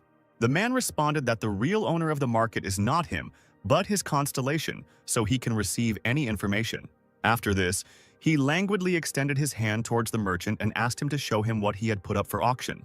Morris immediately agreed, but thought it was strange that the Black Cat was the first to show interest in artifacts, even if they were from the era of destruction. The merchant very quickly took out a bag of jewels and placed it on the table in front of the market owner. The Black Cat immediately opened the bag, took out part of its contents, and began to examine everything. The man said that the item would sell for quite a large sum of money, but Morris still didn't understand what the owner was getting at. Suddenly, a system message appeared in front of the owner, saying that the constellation on the other side wanted the ring. Then, identical messages started coming in huge quantities. The Black Cat realized that his constellation incredibly wanted to get this artifact. Let's move on to the restaurant in Valhalla, where Adrian and Lilia were eating at the same table. Lily had already started her meal, and Adrian hadn't touched his food yet, and the instructor noticed this. She decided to ask the guy why he wasn't eating his order, and the guy replied that he was just wondering why there was such a place as this restaurant in Valhalla. Lily, happily trying to explain, said that in addition to the usual school cafeteria and the restaurant for the staff, there was also a regular restaurant. She was surprised that the guy did not know about it. After this, Adrian finally started eating, replying that he simply wasn't particularly interested. And so he finally decided to find out why Lilia had invited him here. After this, the woman jumped up from her seat and exclaimed a request for the student to become her assistant. Adrian said quite calmly that he simply didn't want to. But Lilia wasn't going to give in and said that if he agreed, he would receive many benefits. She said that the guy, when he went to the meeting, clearly knew what the instructor would ask, so he was obliged to listen to her. To this, the guy decided to ask what benefits he would receive for this. Then hope and sincere joy sparkled in Lilia's eyes. The first thing the guy would get is a scholarship and a lot of grants. The second is a chance to write a dissertation with Lilia, and if he publishes it, he will be able to write about the 3 types of monster attacks, after which the guy's name will be listed in the World Association for Monster Research. Lily told the guy about this with incredible and sincere delight, and the guy at that time did not show any emotion and just ate. He would also be able to leave the academy not once a month, but twice a week. After announcing all the privileges, she asked the guy the same question again. Adrian replied that it all sounded like just an inflated ego, and he still didn't want to be her assistant. He thought that if the benefits were better, he might agree. But for now, his main goal would remain to reach the eye of the Great Forest. These words upset Lilia very much. She did not know how to persuade him now and what else she could offer. Then she had an idea and proposed a simple exchange of information to Adrian. She wanted the guy to tell her about monster attacks, and in return she would tell him about what interests him. Adrian asked what information exactly they were talking about. Lilia immediately began talking about Roxy, who now often spends time in Adrian's company. Adrian said he wasn't interested and wondered if he was just helping her with her training. Were they really that close? But Lilia was not stopped by his words. She continued her story, saying that she heard that Roxy's family might soon abandon her. After Lilia ignored Adrian's words about not being interested in the topic, Adrian stood up from his seat and said he was leaving. The instructor tried to stop him, but the guy repeated that he didn't need all these benefits and information. Lily jumped up from her seat, saying that the guy should tell her at least something in exchange for this information. But Adrian said he honestly didn't care. Suddenly, the guy decided to ask another question. Why was such an infantile woman conducting the classes so harshly? She said it would be problematic if the instructor teaching about monsters taught the lessons differently. This is done because the survival of students in a real battle directly depends on these classes. Lily believes that this is the true duty of an instructor. After that, the guy simply wished Lilia good luck and headed towards the exit. The instructor tried to stop him and try to get him to tell her something in return, but the guy again said that he didn't want to do it. Let's move on to the Chojin family estate. Roxy and her older brother were already sitting in front of their father, waiting for what he would say. The father said he had gathered them here to find out their intentions before participating in the sorting test. Roxy's brother, Drake, was already a member of the True History Guild and was the leader of the attack. After passing the test, the winner will get a chance to make a contract through the Sacred Relic. This test will show who in the family is worthy of becoming the legal representative of the family. But then the head added that the loser would be kicked out of the family. Then he asked if his children agreed to participate when they had already learned the conditions. Drake immediately exclaimed the word yes, and Roxy said she would do it too. Father and brother looked sharply at Roxy. They didn't want to hear such an answer. The atmosphere around was tense. After that, the father simply added that the sorting test would take place in 3 weeks, and everyone could leave. As soon as Roxy and Drake left the room, the guy asked unkindly if Roxy hadn't gotten the hint. The girl asked again, and the guy repeated, "Didn't she notice her father's reaction when he heard her agreement to participate?" Roxy was embarrassed as she noticed and understood everything perfectly well. Drake then asked mockingly if a girl who was an illegitimate child really expected to become the head of the family. Roxy gritted her teeth. She was very angry at the rude man's words. With the same mockery, the guy added that the girl had a very scary grimace. A crazy smile appeared on the guy's face. He said that since the girl could not even receive the blessing of the constellation, then she should not even hope to win the sorting test. After which he left, saying in parting that he would make Roxy pay dearly and let her continue to spend her parents' money. As he almost closed the door behind him, sticking his eye out through the crack, he said threateningly that they would meet in 3 weeks. Roxy was left alone with her thoughts, but it was clear that she was serious. Her incentive was her mother's last wish before her death. Her mother, holding her daughter's hand for the last time, told her that she was to become the head of the Chojin family, and after achieving that goal, she would be able to do anything she wanted. Remembering this, Roxy was filled with energy and understood what her true goal was. And then the next day came. All the students were already sitting at their desks and listening to the teacher. Just as Adrian was deep in his thoughts, Barchi contacted him and said that midterm exams were coming up soon. Barchi said that if Adrian sits quietly, the constellation can also hear everything. Then he reminded again that the teacher talks about upcoming exams, but Adrian is almost always not very attentive in class. After that, Adrian decided to listen to Chris's speech. He said that the exams in Valhalla are extremely important. He said that at the end of the semester, students with the lowest scores would be expelled. Chris finished his speech by saying that there was no need to drop out of the race at the very beginning, and then Adrian thought about it. Adrian had no problems with the practical part of the exam, but he was worried about the theory. He couldn't leave school until he got into the eye of the Great Forest. Then he had an idea and turned to Barchi, asking if he had listened to all the classes. He answered yes, after which Adrian said that Barchi would decide the test for him. Adrian said he would just check Barchi's answers and tell him if anything was wrong. Barchi was outraged and said that it would not be fair since it was an exam. Then the guy angrily answered the constellation that it would be Barchi who would tell him the answers and that would be all. And then Chris said that the class was over and everyone could leave. Adrian immediately stood up and started to take his bag to leave quickly, but then someone distracted him, calling him by name behind his back. Turning around, he saw that it was Roxy. She asked if there would be training today. The guy answered positively and said that such questions make him think that the girl wants to end it. Roxy said that wasn't the case at all, so the guy asked, "What was it then?" Then, without waiting for an answer to the previous question, he asked if she wanted to learn how to use a sword. But the girl was confused by this question. Adrian assumed that since the girl was training with him, she probably didn't use a sword at all, and the girl confirmed his assumption. After that, he said that he would teach her how to hold a sword properly, even though it was not martial arts. He knew he needed to train with his sword himself. The guy then told Roxy to come to the training room near the gym. Roxy beamed with joy after these words and agreed. And so they were both there and starting training. Adrian asked when the girl last used her sword. Roxy said she hadn't touched him since they started training. The guy suggested that Roxy had been training every day before this, and the girl confirmed this again. Then the boy told the girl to draw her blade. Roxy did it without thinking. Adrian began to tell Roxy to put strength into her index finger and pinky and grip the handle firmly.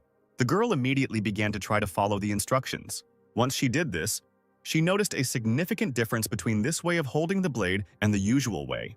She didn't even put magic into the sword, but she already felt that it was safer and more stable to hold it this way than with both hands. After that, the guy ordered her to attack him using everything she had. The girl obediently agreed. She instantly got into an attack pose, and the guy didn't even move. Roxy started using mana and warned the guy that she was about to start. She quickly ran towards Adrian and immediately noticed a change in the speed of her legs. The girl quickly tried to strike the guy, but he deftly blocked it with his sword. He then said with a smirk on his face that the girl had clearly become faster. Pushing her away, he advised her not to put more magic into the feat than necessary. The girl stood up again and said she understood. She moved decisively towards the guy again. She swung her sword and struck, cutting through the air in front of her. But Adrian was able to easily dodge it, telling the girl that her move was very good. He then gave his opponent a sharp blow to her sword, causing her to lose her balance, and said that she needed to turn her body a little more when she stopped. Grinning and stretching his shoulder, the guy again said that there was no time to rest and ordered to attack. She struck him with her sword again, but Adrian easily blocked her attack with his blade. The girl tried again, striking the blade with all her might from top to bottom. But Adrian easily dodged again. The girl's sword hit the floor, leaving a deep crack in the tile. Roxy continued her attempts, thinking that she had become much stronger thanks to her training with Adrian. The training continued, Adrian was happy, and Roxy was really determined. They had been working long and hard enough that the floor around Roxy was already covered in cracks. The girl was very tired and stopped, out of breath. And Adrian wasn't tired at all. He only said that he had already been training for an hour. After these words, Roxy collapsed on the floor and began to think about how her skills had seriously improved since she entered. But looking at Adrian, who was still full of strength, she understood that she was still very far from him. At this time, the guy put away his weapon and began to warm up after training. The girl stood up resolutely and asked if Adrian would be able to spar with her again. Adrian said he didn't know yet. He thought about how sparring with her was actually useful, and that she was fun to teach since she had talent. The guy felt that she was familiar with sword art back at the ceremony, as she used a similar technique. Looking at her, he realized that if they had lived 300 years ago, she would definitely have been worthy of being his student. Noticing that the guy was thinking for a long time, Roxy repeated her question about sparring. Adrian smirked and decided to joke by saying that he didn't want to. Roxy hesitated, but replied that she understood him, to which Adrian asked why she gave in so quickly. The girl answered without hesitation that she would do whatever Adrian said. She knew that if she followed his advice, she would definitely become stronger. The guy didn't expect such an answer and said that then the training was over for today. And so 2 weeks passed, the day of the exam arrived. All the students had already gathered at the stadium. Olivia recalled that the last time she was in this place was during the ceremony. John wondered if all the students around him were first years. He had no idea that there were actually so many of them. And Adrian didn't understand at all why they were gathered here. Then Barchi contacted him and said that his class teacher had spoken about this about 2 weeks ago. Adrian still couldn't understand anything. When suddenly the teachers appeared, Adam said that he would now tell about the midterm exams of Valhalla. He announced that this year the practical part of the exam is clearing a dungeon. The space around the students began to change dramatically, and Adam continued to speak. He said that the students would split into teams and go to an artificial dungeon. The instructor added that students can divide themselves into teams, adding that there should be about 8 people in a team, but everyone has the right to decide whether to make the team larger or smaller.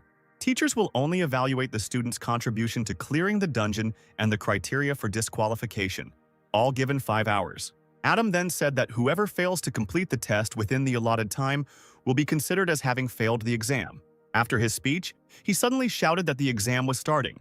The teachers watched closely as the students divided into teams. Chris told Adam that, as expected, the students panicked. At this time, Olivia was already gathering her team. She was calling people, since there weren't enough of them in her team. She understood that she shouldn't choose someone who is better than her, because 5 hours is quite enough for a dungeon of this level. And the main thing is to prove yourself when passing the dungeon. And so she found the required number of people and said that it was time for them to start the passage. Adam expected that the students from the 5 major families would quickly understand the principle of this exam. And that is what happened. But students from ordinary families go in a team of 20 people, but still, most often in a group of 8 students. They also had conflicts, as the team could become unbalanced. After finishing his thoughts, Adam told Chris that they needed to get ready to evaluate the students, since in about 30 minutes, everyone would be entering the dungeon. At this time, Adrian noticed how the teachers immediately began to write something in their notebooks as soon as someone entered the dungeon, and he realized that they began to evaluate immediately. Turning back, the guy saw Roxy, who was standing alone and probably not included in any of the teams. Adrian decided to approach her. He asked if she had joined any team, to which the girl answered no. Then the guy said that almost everyone had already entered the dungeon. What was the girl going to do? She replied that she would do whatever Adrian told her. These words stunned the guy. He clearly didn't expect to hear that. The guy laughed in his thoughts at the fact that after their last training, the girl followed his words like a sword. He then told her that he would go to the test alone, after which he turned around and began to walk away. Roxy asked if she should go alone too, or join one of the teams, to which the guy replied that she should do as she wants. But he thought the exam wouldn't be difficult. He headed towards the entrance to the dungeon, and the girl began to think about what she should do. And then one guy who was already on one of the teams noticed her. He approached her and asked if she was the same Roxy. The girl had already made her decision at that moment. The guy said that if she hadn't found a team yet, she could join them, and all his teammates smiled amiably after these words. But Roxy simply apologized to this proposal and resolutely said that she would go alone. She then walked towards the entrance to the dungeon and began to open the door, but the guy tried to stop her, saying that she could be disqualified if she couldn't. To which Roxy replied that she could handle it, especially since Adrian said it wouldn't be difficult. The guy was afraid for the girl and once again tried to reason with her, shouting for her to stop and not do this. But Roxy was determined and simply closed the door, ignoring the guy's words. In the observation room, all the teachers were keeping a close eye on all the students. Some groups had already encountered monsters, and attention was paid to those even more. Students were assessed quickly. Most of them did not receive more than 3 points. Chris watched as Adam quickly assessed the students. He knew that the instructor always assessed everyone quickly and without mistakes. When Adam was still a soldier, he was called a clean master, as he is a legendary contractor with a 99% dungeon clearance rate. Chris respected teacher Adam because he understands the basics of clearing better than anyone else, and that is how he evaluates students. Adam, meanwhile, watching the students, thought that this year was quite good. He noted that members of 5 families stood out in particular, but among them, the most outstanding is Olivia.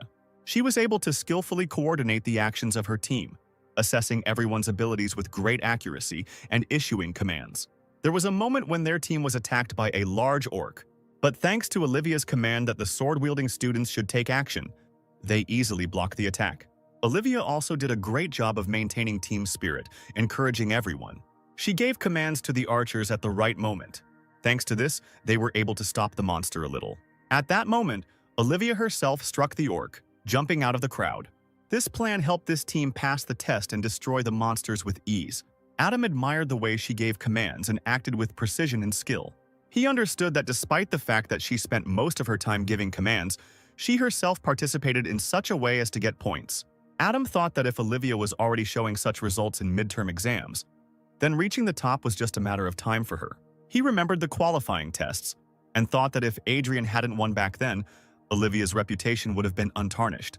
At that moment, he wanted to watch the guy too. He went into search and entered his name. But the program showed that this student was not found. Adam knew that this could not be, since the system was working properly. And at that moment, a shocking thought came to him, the truth of which he did not want to believe. He decided to check the list of people who had already completed the exam, and Adrian was already on that list. Instructor Adam was very shocked. He could not understand how a first-year student passed this test alone in only 23 minutes. Even though Adrian had shown an incredible result at the qualifying round, Adam still couldn't believe that a 17-year-old boy was capable of such a thing. Then the instructor decided to watch the recording of the test. The video showed a huge crowd of goblins and orcs attacking the guy at the same time. Adrian was completely relaxed and simply began to massage his shoulder. And then, after a couple of seconds, he suddenly started running towards the crowd. The monsters also did not stop moving towards the guy. Instantly approaching the crowd, Adrian swung his sword straight at the crowd, his eyes flashing with madness. He struck and hit several goblins at once. At that moment, one monster was crawling along the ceiling and approaching Adrian in the hope that he would not notice it. But for Adrian, this was nonsense. With the next blow, he cut the goblin's head open. After that, his face seemed to take on an incredibly calm look. Immediately after all the monsters were destroyed, two huge orcs appeared in front of the guy. They immediately tried to hit the guy at the same time, swinging and hitting with large bats. But the blow was made on the floor, which even cracked after the blows. At this time, Adrian, who was able to dodge the blow very easily, had already jumped on the monsters from behind, swinging his sword. Again, with one blow he destroyed these two thugs. The guy killed all the monsters in his path without getting tired. The teachers watching all this were simply in incredible shock. And then the last round came. A huge metal golem appeared in front of Adrian. Adam knew that this was a special golem, designed specifically for the exams, and it was designed just right for the strength of 8 people. The golem suddenly tried to hit the guy with its huge hand, but the guy just grinned and was already preparing to strike with his blade. He channeled all his magic into his sword and delivered an incredibly powerful blow straight into the golem's body.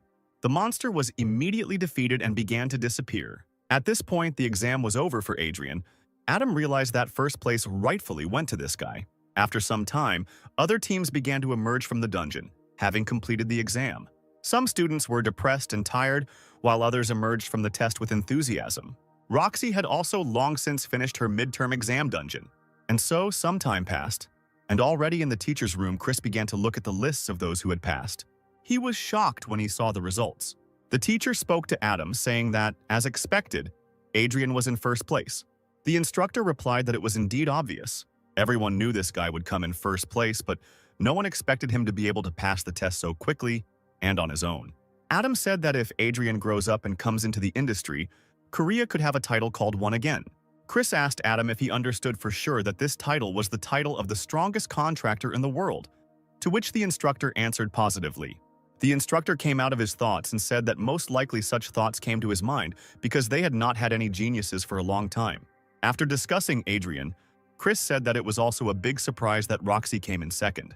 Adam didn't know what happened, but he was surprised that the girl went to take the exam alone, like Adrian. The girl also coped with the test quite quickly, although she received many injuries. The instructor said he knew Roxy was very hardworking, but he didn't think she would go into the dungeon alone. Adam then pointed out that if this exam had been based on teamwork, Olivia would have definitely gotten the highest score. Despite Adrian and Roxy's high results, when the lists come out, Adam would be reluctant to advise others to follow their example, as ordinary students will not be able to replicate it. Chris completely agreed with Adam's opinion. The teacher recalled that when he worked at the Chojin Guild, he definitely didn't notice anything special about the girl. She just practiced a lot and diligently. After that, the thought came to his mind that Roxy decided to go to the dungeon alone because of Adrian. But he quickly discarded this assumption, as it seemed like nonsense to him. And so the next day, in Valhalla, they posted the lists of those who had taken the exam, and a crowd of students immediately ran to the stand to find out what score they had received. Bob Ventrick was also looking at the lists with Alice, and when he saw that Adrian was in first place, he became very angry. He asked the girl if Larry was already in Korea. The girl answered yes. Then the guy's eyes flashed with rage, and he ordered the girl to immediately call Larry and get ready to leave. And so they arrived at the meeting place with Larry. As soon as they entered the building, Bob was immediately stopped by Larry, who greeted him. The guy said that they hadn't seen each other for a long time. Bob and Larry sat down at the table, with Alice standing behind them, and Larry immediately attacked the food with a huge appetite. But at some point he stopped eating and, with his mouth full, asked Bob who this Adrian was that needed to be dealt with. Bob smirked and replied that Adrian was just a dumb freshman from the orphanage, but he had seriously embarrassed Bob and needed to be paid back. Larry listened attentively, continuing to stuff his mouth with meat. Then he asked abruptly if he could kill this Adrian. Bob said he was leaving it up to Larry to decide. Larry said that things are not as simple now as they used to be, and he needs to prepare the stage carefully. He then pointed his finger at the frightened Alice and said that last time, because of this girl, with whom he was then dealing, he had to fight with the palace family. He then added that due to the rapidly spreading rumors, he had to kill a couple more people. Alice at this moment listened to all this and was incredibly scared. After he said this, he continued eating, saying that it was always very difficult to enter Valhalla. To all this, Bob replied that he would do everything in his power to set the stage. Larry laughed and said he expected a good reward for this. And so, a week passed. Adrian again carried the application to leave school this weekend. At some point, Barchi contacted him, asking if it was true that he was resigning again, and the guy replied yes. Barchi logically asked why he was bringing the statement again if he had already come out this week, and Adrian replied that there were nuances here. Adrian said that he heard that if you do well on your midterms or finals, you will be allowed to leave Valhalla again. The guy was determined to find his remaining notes? Barchi asked where exactly the guy was heading, and then the weekend came. The guy went to Suwon. He walked forward along the path, looking at his phone. He looked at his phone, looking for the route, and finally found it. The guy was suddenly distracted by the voice of the man who was standing right in front of him. The guy looked up and saw a big guy named Larry standing in front of him. Around this time, at the market where Adrian sold his jewelry, a black cat was watching everything that was happening from the window of his skyscraper. He just stood there and did nothing but spy. But suddenly his calm was broken by a message from the system, which said that the constellation on the other side was asking when the ring would arrive. The man replied that it would be here soon, that it was already going through standard procedures and would arrive through the portal. Suddenly, something began to happen that the black cat did not expect. Identical messages began to arrive in the system without stopping in large quantities. The man saw such behavior from the constellation for the first time. While he was thinking, something began to appear in the portal. The owner quickly approached the portal and began to examine what had just arrived. Opening the box, he saw that it was the very ring that had caused all the fuss. The black horse was very happy that the ring had finally arrived. He hoped that the constellation would calm down when it received the ring. At that very second, he called the constellation. A message quickly appeared from the system, saying that the constellation was here. Let's get back to what's going on between Adrian and Larry. As soon as Larry stopped Adrian on the road, Adrian immediately asked who was standing in front of him. Larry just laughed at this and asked Adrian if he really needed to know this. Adrian said quite calmly that he assumed Larry wanted something from him. Larry said the guy was smart, so why else would he meet him on a remote mountain peak? Adrian asked. Did Larry come here to get rid of the guy? To which he grinned and said once again that Adrian was insightful. Adrian had already taken off his briefcase and started to throw it on the ground, saying that it was not a matter of insight at all. He added that anyone would have guessed this if they had seen Larry. Then he said that he realized this a couple of days ago. Larry was already at the limit of rage. He called the guy very rudely and prepared to attack. He gathered his strength into a fist, jumped, and swung at the guy. Adrian, as usual, dodged the attack with ease. This caused Larry's fist to hit the tree trunk straight. The tree cracked from such a strong blow. Soon the tree fell down completely. Adrian watched all this calmly, and this made Larry smile. Larry said the guy was very lucky, and the guy said it had nothing to do with it, it was just a very slow hit. But this blow made Adrian think. He realized that Larry was very strong and reminded him of John. He understood that with such a fragile body as his now, it was better not to get hit by such blows. After that, he smiled and decided that the strategy for this fight would be very simple. The guy just turned around and started running. Larry was surprised. But a second later, Larry laughed and ran after the guy. Larry thought that in this situation, running was actually a good choice because if you didn't run away, you would be beaten to death. Larry then swung his fist at the guy and shouted that he would not let him go. But at that very moment, he stopped because Adrian's fist was already right in front of his face. Until the fist was so close, the guy didn't even notice that Adrian was approaching. He was shocked. And then Adrian delivered an incredibly strong punch to the guy's face, and Larry flew back a long distance. After a hard fall, lying on the ground, Larry opened his eyes and saw that another attack from Adrian was approaching. Adrian had a crazy look on his face and raised his leg right above the guy's face, ready to strike. And so he tried to step sharply on the guy.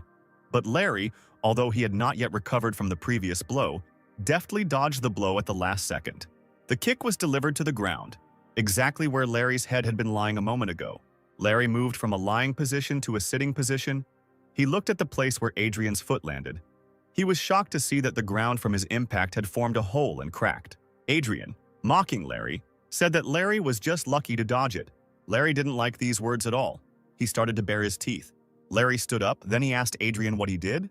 Adrian smirked and said that he was the best in Valhalla, and it would be useful for Larry to know that. This made Larry even more angry. He wondered what the guy had been injecting himself with to become so strong. Let's fast forward to Larry's childhood, which took place in the Ventric family home. Larry's parents used his talent to raise their status a little. They forced him to drink a huge amount of different elixirs, since his talent is an innate affinity for elixirs. Larry drank everything his relatives gave him over and over again. They bought him elixirs that cost hundreds of millions. By the age of 16, the boy had become stronger than an adult. His parents wanted to use him to gain recognition for their family.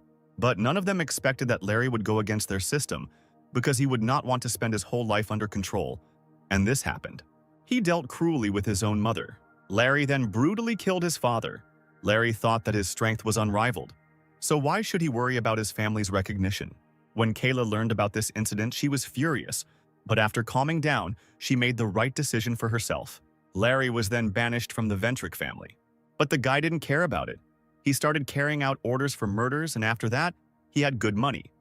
After breaking up with his family, he even became stronger. When Bob Ventric placed the order and offered a huge sum, Larry's interest in Adrian was not limited to money. He became genuinely interested in Adrian. Adrian attracted such widespread interest because he took first place in the Valhalla qualifiers, and also because he sent all the guild representatives to hell. Larry just wanted to amuse himself by playing with Adrian for a bit. But something went wrong in Larry's plan. He didn't understand. And in the end, he was the one who got beaten up. Larry couldn't figure out who this guy was. Wiping the blood from his face, Larry asked Adrian what he had been taking to become so strong.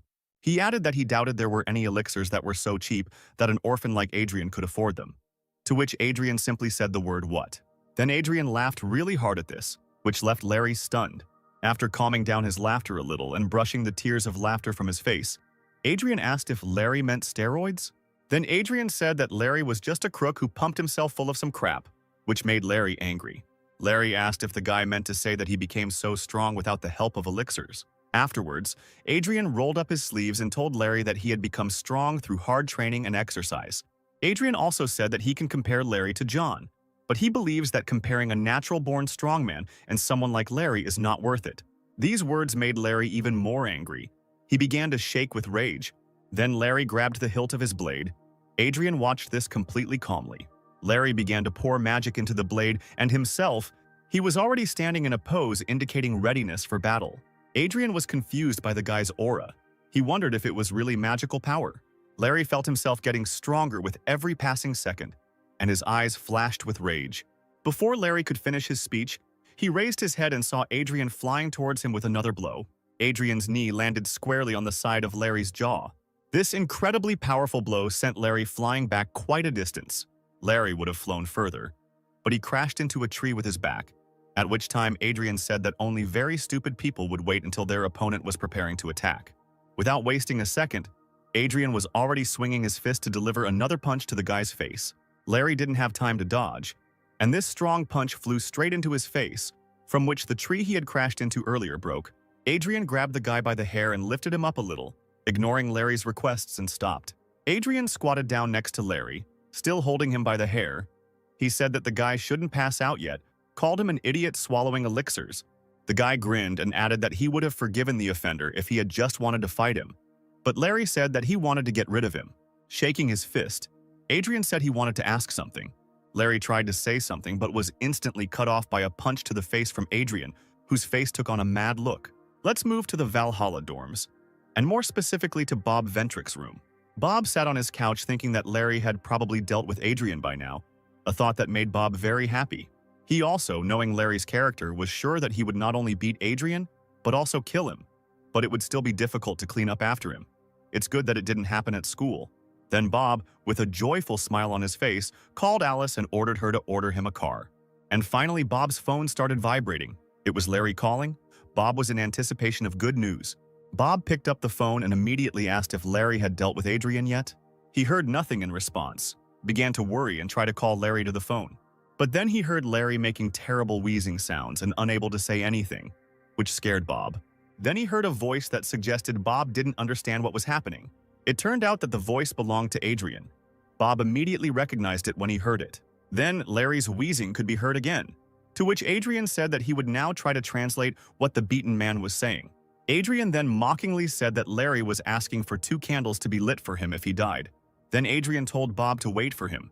Ventric was incredibly scared after what Adrian said. He took it as a threat. In response, Adrian did not hear anything from Bob. He asked if Ventric could hear him, but after these words he heard a dial tone on the phone. It was Bob hanging up, ending the conversation. Adrian laughed and said that it was very rude to hang up right away and called Bob a bastard.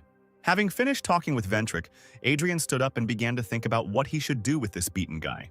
At this point, Bob Ventric was sitting nervously on his couch, wondering what had just happened and what to do next. and Alice brought him some hot tea. Coming closer to Bob, she repeated again that the tea was ready, but Ventric did not answer this time either.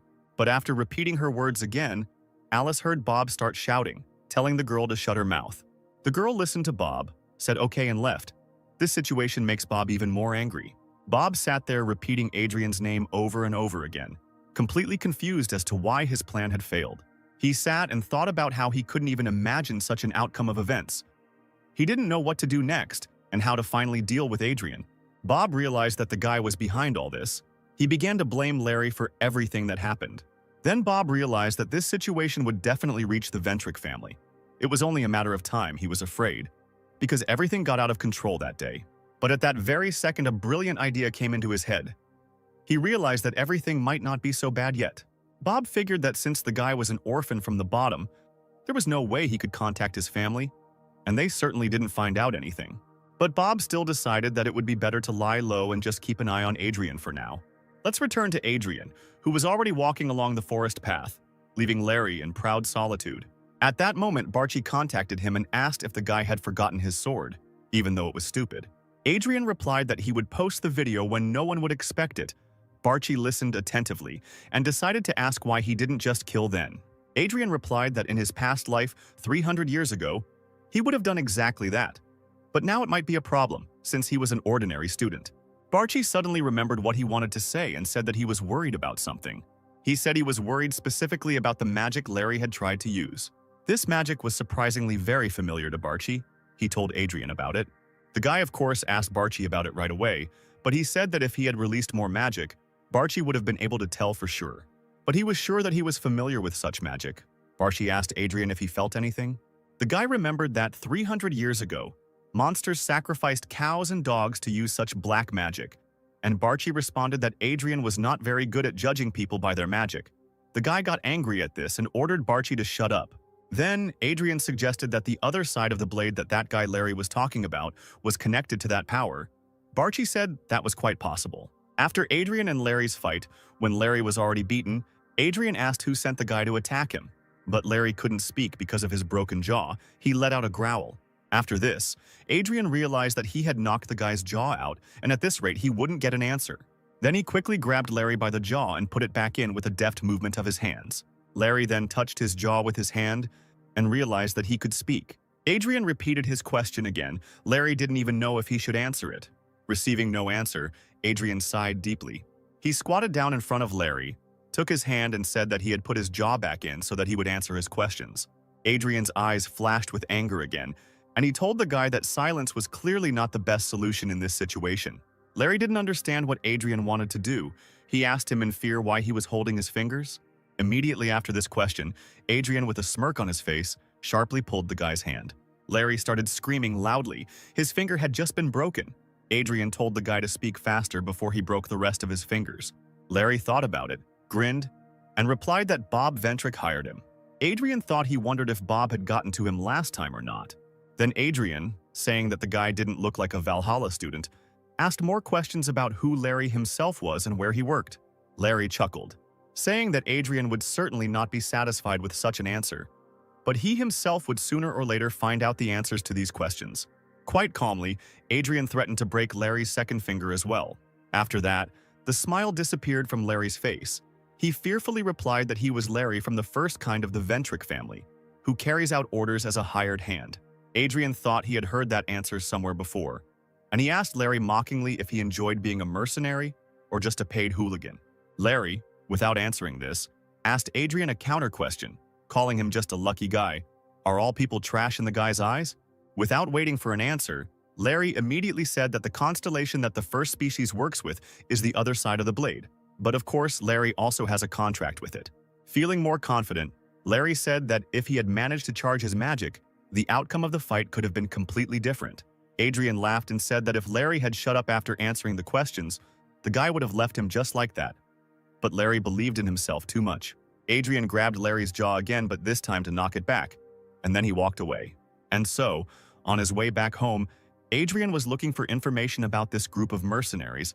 Everyone said that they were very evil. Adrian was upset that he still couldn't find his notes, and Bob still wouldn't leave him alone. Adrian thought about how he could deal with this Ventric. He realized that he needed to use technology. Even during the conversation with Larry, he managed to turn on the dictaphone and record everything. Then Adrian began to think about where to upload all these records. He decided to call Lilia. She clearly did not expect a call. She picked up the phone instantly. Her eyes lit up with hope. She asked if Adrian was calling her because he had finally decided to become her assistant. Adrian replied that it was not that. He wanted to know if Lilia knew any journalists. The very next day, all the newspapers carried the news that a former member of the Ventrick family had attacked a freshman on orders from Bob Ventrick, but the student was able to fight back. Reading this, Adrian said that this is what he calls modern war. Barchi told him that for a man who lived 300 years ago, Adrian had somehow become too accustomed to modern technology. Adrian replied that after reincarnation it was difficult for him at first, but he mostly scrolled through social networks and watched the news, and this helped him. Reading all the news about yesterday, Adrian realized that he wanted to take revenge only on Bob, but it turned out that he had screwed the entire Ventrick family. Then, Adrian thought about the fact that the reporter that Lilia introduced him to turned out to be an important person. Adrian did not think that this story would take such a turn. And then he came across a video with an address from the head of the Ventrick family. In this appeal, Kayla said that she offered her deepest apologies to the attacked student and the entire Valhalla Academy. She then said that the attack was carried out by Larry, who had already been expelled from the Ventrick family. Larry himself also later said that the statement that Bob Ventrick was the customer was false, and that by initially slandering Bob, Larry was simply trying to get out of the situation. Because of this, they believed that the Ventrick family was not involved in the incident. But the attack was carried out by a former member of the Ventrick family, so they can't just ignore what happened. Kayla said that as the head of the Ventrick family, she would personally visit the victim and apologize to him. She went on to say that even if Bob was not involved in the attack, they believed he was still connected to the attacker. They brought him home to conduct an internal investigation into the Ventrick family. They will try their best to eliminate all unnecessary suspicions. After these words, she bowed to everyone as a sign of respect and left. As she was leaving, all the reporters were shouting and asking questions, trying to stop Kayla, but she didn't even look at them. Bob himself also saw this official appeal. He was incredibly scared by what he heard. He continued to stare at the phone, and suddenly his father called him. Bob picked up the phone and greeted him. Father told Bob that he had to return to England for a while. It was a family order. Bob agreed, although this scared him even more. Bob was very angry at what was happening. He began to squeeze the phone. Trembling went through his body. Alice, standing nearby, simply looked down at the floor and did not move. And then the next day came. Adrian watched the video of Larry being taken away by law enforcement and reporters asking questions. In this video, Larry was saying that the Ventrick family is right, and he is the only one who stands behind the attack. Adrian was surprised that Larry swallowed his pride so quickly. The Ventrick family really pissed Adrian off. As he walked to class, he thought that meeting the head of the Ventrick family and her apology would be very awkward, and just thinking about it made Adrian feel sick. Soon he remembered about Lilia's help. He decided to invite her to a cafe. When they met there, Lilia's eyes sparkled with joy again, and Adrian just calmly drank his drink and, noticing how Lilia was looking at him, said no. Lily jumped up from her seat and asked how the guy knew what she wanted to ask, and Adrian replied that it was obvious. Then Lilia, pretending to be offended, asked why Adrian had called her then. Without waiting for the guy's answer, she jumped up from her seat again and exclaimed questioningly that maybe this was a date, and Adrian told her to wake up. Lily asked when they had managed to switch to the informal you. Adrian replied that they had been communicating like this for a long time. He went on to say that he had not called her because he was bored, but because he wanted to thank her for introducing him to the journalist. He said that he would give her some information about fighting monsters. Lilia couldn't believe her ears. She was incredibly happy. The guy then said he would tell her more if she helped him leave school this weekend. Lilia said it would be easy as pie. She added that if he became her assistant, he would be able to leave school every day, but the guy refused again. Let's move to the northern part of the Pacific Ocean, where a ship was already sailing, carrying prisoners. Larry was one of them, sitting in a holding cell with his hands cuffed behind his back. Larry was angry. He didn't think he would be put on a ship and transported as cargo. He thought he might be being taken to a prison tower in the North Pacific Ocean. Once upon a time, the S-rank constellation independently created this shelter of deprivation, this prison that turns contractors into ordinary people. But he quickly came to the conclusion that none of this mattered. He thought he just needed to shut up and sit still so that Bob could remain in the Ventrick family. And if he does this, his sentence will be reduced to 5 years. His thoughts were interrupted by a voice from behind calling Larry an ugly face. Larry immediately turned his head towards the sound, and at that very moment his throat was cut with one movement of the hand. The guy screamed and started coughing up blood. The man who did this continued to stand next to him and look at Larry. Then he told Larry to die, calling him a fool, adding that the first species did not need such people. After these words, Larry immediately fell face down on the floor and died. The man looked at the boy's lifeless body for a while and left. Let's move on to the Ventrick family estate. At this time, Kayla met Bob and his father with a displeased face. Bob and his father entered Kayla's office and bowed in respect. Kayla said the guy's name menacingly. Bob was very scared and sweat started pouring down his face. Kayla asked Bob what he was going to do now, to which the guy simply said he was sorry. To this, the girl said that a simple apology would not fix the situation. This made the guy even more tense. He was afraid to even breathe. Kayla then asked the boy to tell her what exactly made him do something so evil. Not receiving a clear answer, she asked if he wanted to deal with Adrian. Bob answered positively. Kayla was angry that the guy didn't tell her anything himself, and she had to ask a lot of leading questions herself. She stood up from her seat, saying that the boy had thought that Adrian had hurt the pride of the Ventrick family. But in fact, it was only Bob's own pride that had been hurt. Getting close enough to Bob, she said that he was the one who dragged the Ventrick family name through the mud. She leaned over Bob and asked menacingly what they should do now. Bob fell to his knees and said he would do anything to restore their family's honor. Kayla straightened up and said the guy was talking bird. The only way to restore his reputation was to expel Bob from the family. And hearing this, the boy became even more frightened. Then Bob's father intervened in the conversation and told the chief that this would be too cruel. To this, the head said that then she could kick out Bob's father too. After this, the man himself became scared. The head mistress said arrogantly that she would kill or kick Bob out of the family right now. But she knew that then everyone would know for sure that Bob was the one who hired Larry and tried to kill the student. She said Bob's name again, and he responded obediently. Kayla said that she wasn't kicking him out yet. She ordered him to return to Valhalla and keep his mouth shut there. The leader was going to think about what happened again when she met Adrian. Bob bowed to Kayla again and thanked her. Before Bob and his father left, Kayla told the man to keep a better eye on his son, as his punishment would depend on his son's actions. And so they left the office of Chief Kayla Ventrick. Bob and his father were walking down the hallway, very angry about what was happening. The father decided to start the conversation by telling Bob to keep a low profile and not do anything rash. To this, Bob asked, hadn't his father heard what the chief had told them? Then, without waiting for an answer, Bob said that sooner or later, he would be kicked out anyway when everything calmed down. But before that, he had to do something, because now nothing could stop him. Then he said that his father would have to help him, and his father looked at his son in silence, not knowing what to answer. After a couple of seconds, the father finally answered, saying that the main thing was that no one found out. Bob agreed with this. And now, several days have passed since the recent events. Adrian and teacher Chris were already sitting in the interrogation room. The teacher said that the head of the Ventrick family would arrive soon to apologize to the guy. Adrian said that they had nothing in common. She even publicly stated in an official announcement that the incident had nothing to do with the Ventrick family. Chris replied that it was still her moral duty to apologize to the guy. She had come all the way to Korea for this. Adrian thought that the leader would come here because she had no other choice, and so she wanted to take Bob's punishment upon herself. Thinking about it, Adrian realized that all this was terribly irritating to him. His face expressed displeasure. Chris said he and the other instructors were also upset about it. Chris tried to reason everything out. First, they attacked a Valhalla student. Then the attacker admitted that he was hired by Bob Ventrick, but then they denied everything he said. The teacher said he couldn't believe they were downplaying Adrian's recorded confession simply to protect the family and hide the truth. He added that Bob or the head of the family should be punished anyway, but their family had recently donated a large sum of money to the school.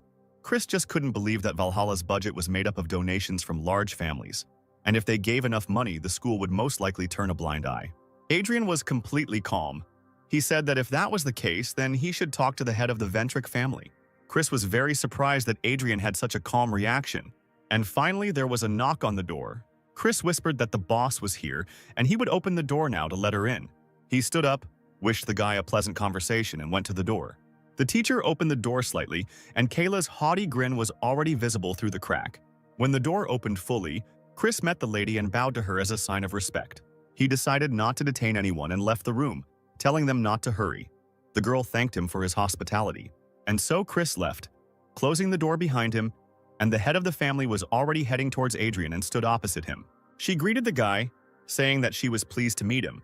She informed him that she was the head of their family. Adrian replied that he was also very pleased to meet you. After these words, Kayla majestically sat down on the sofa opposite Adrian. Adrian relaxed a little after that.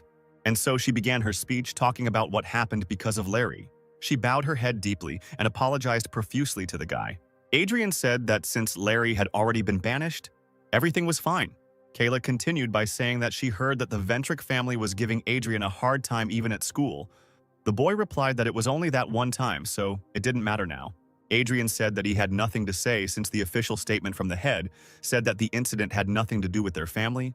Kayla listened to this silently. Kayla said that in this situation, neither the forces nor ordinary citizens trust them. Adrian scratched his ear and said that this was exactly the case, but he himself knew that it was all a lie. After that, Kayla smirked and told the guy that she wanted to resolve the misunderstandings between them. She asked if Adrian would help her. The guy, without thinking, answered that he wouldn't do it. But Kayla said that she knew Adrian would answer that way. She said that if the guy helps them now, she will give him full support until graduation.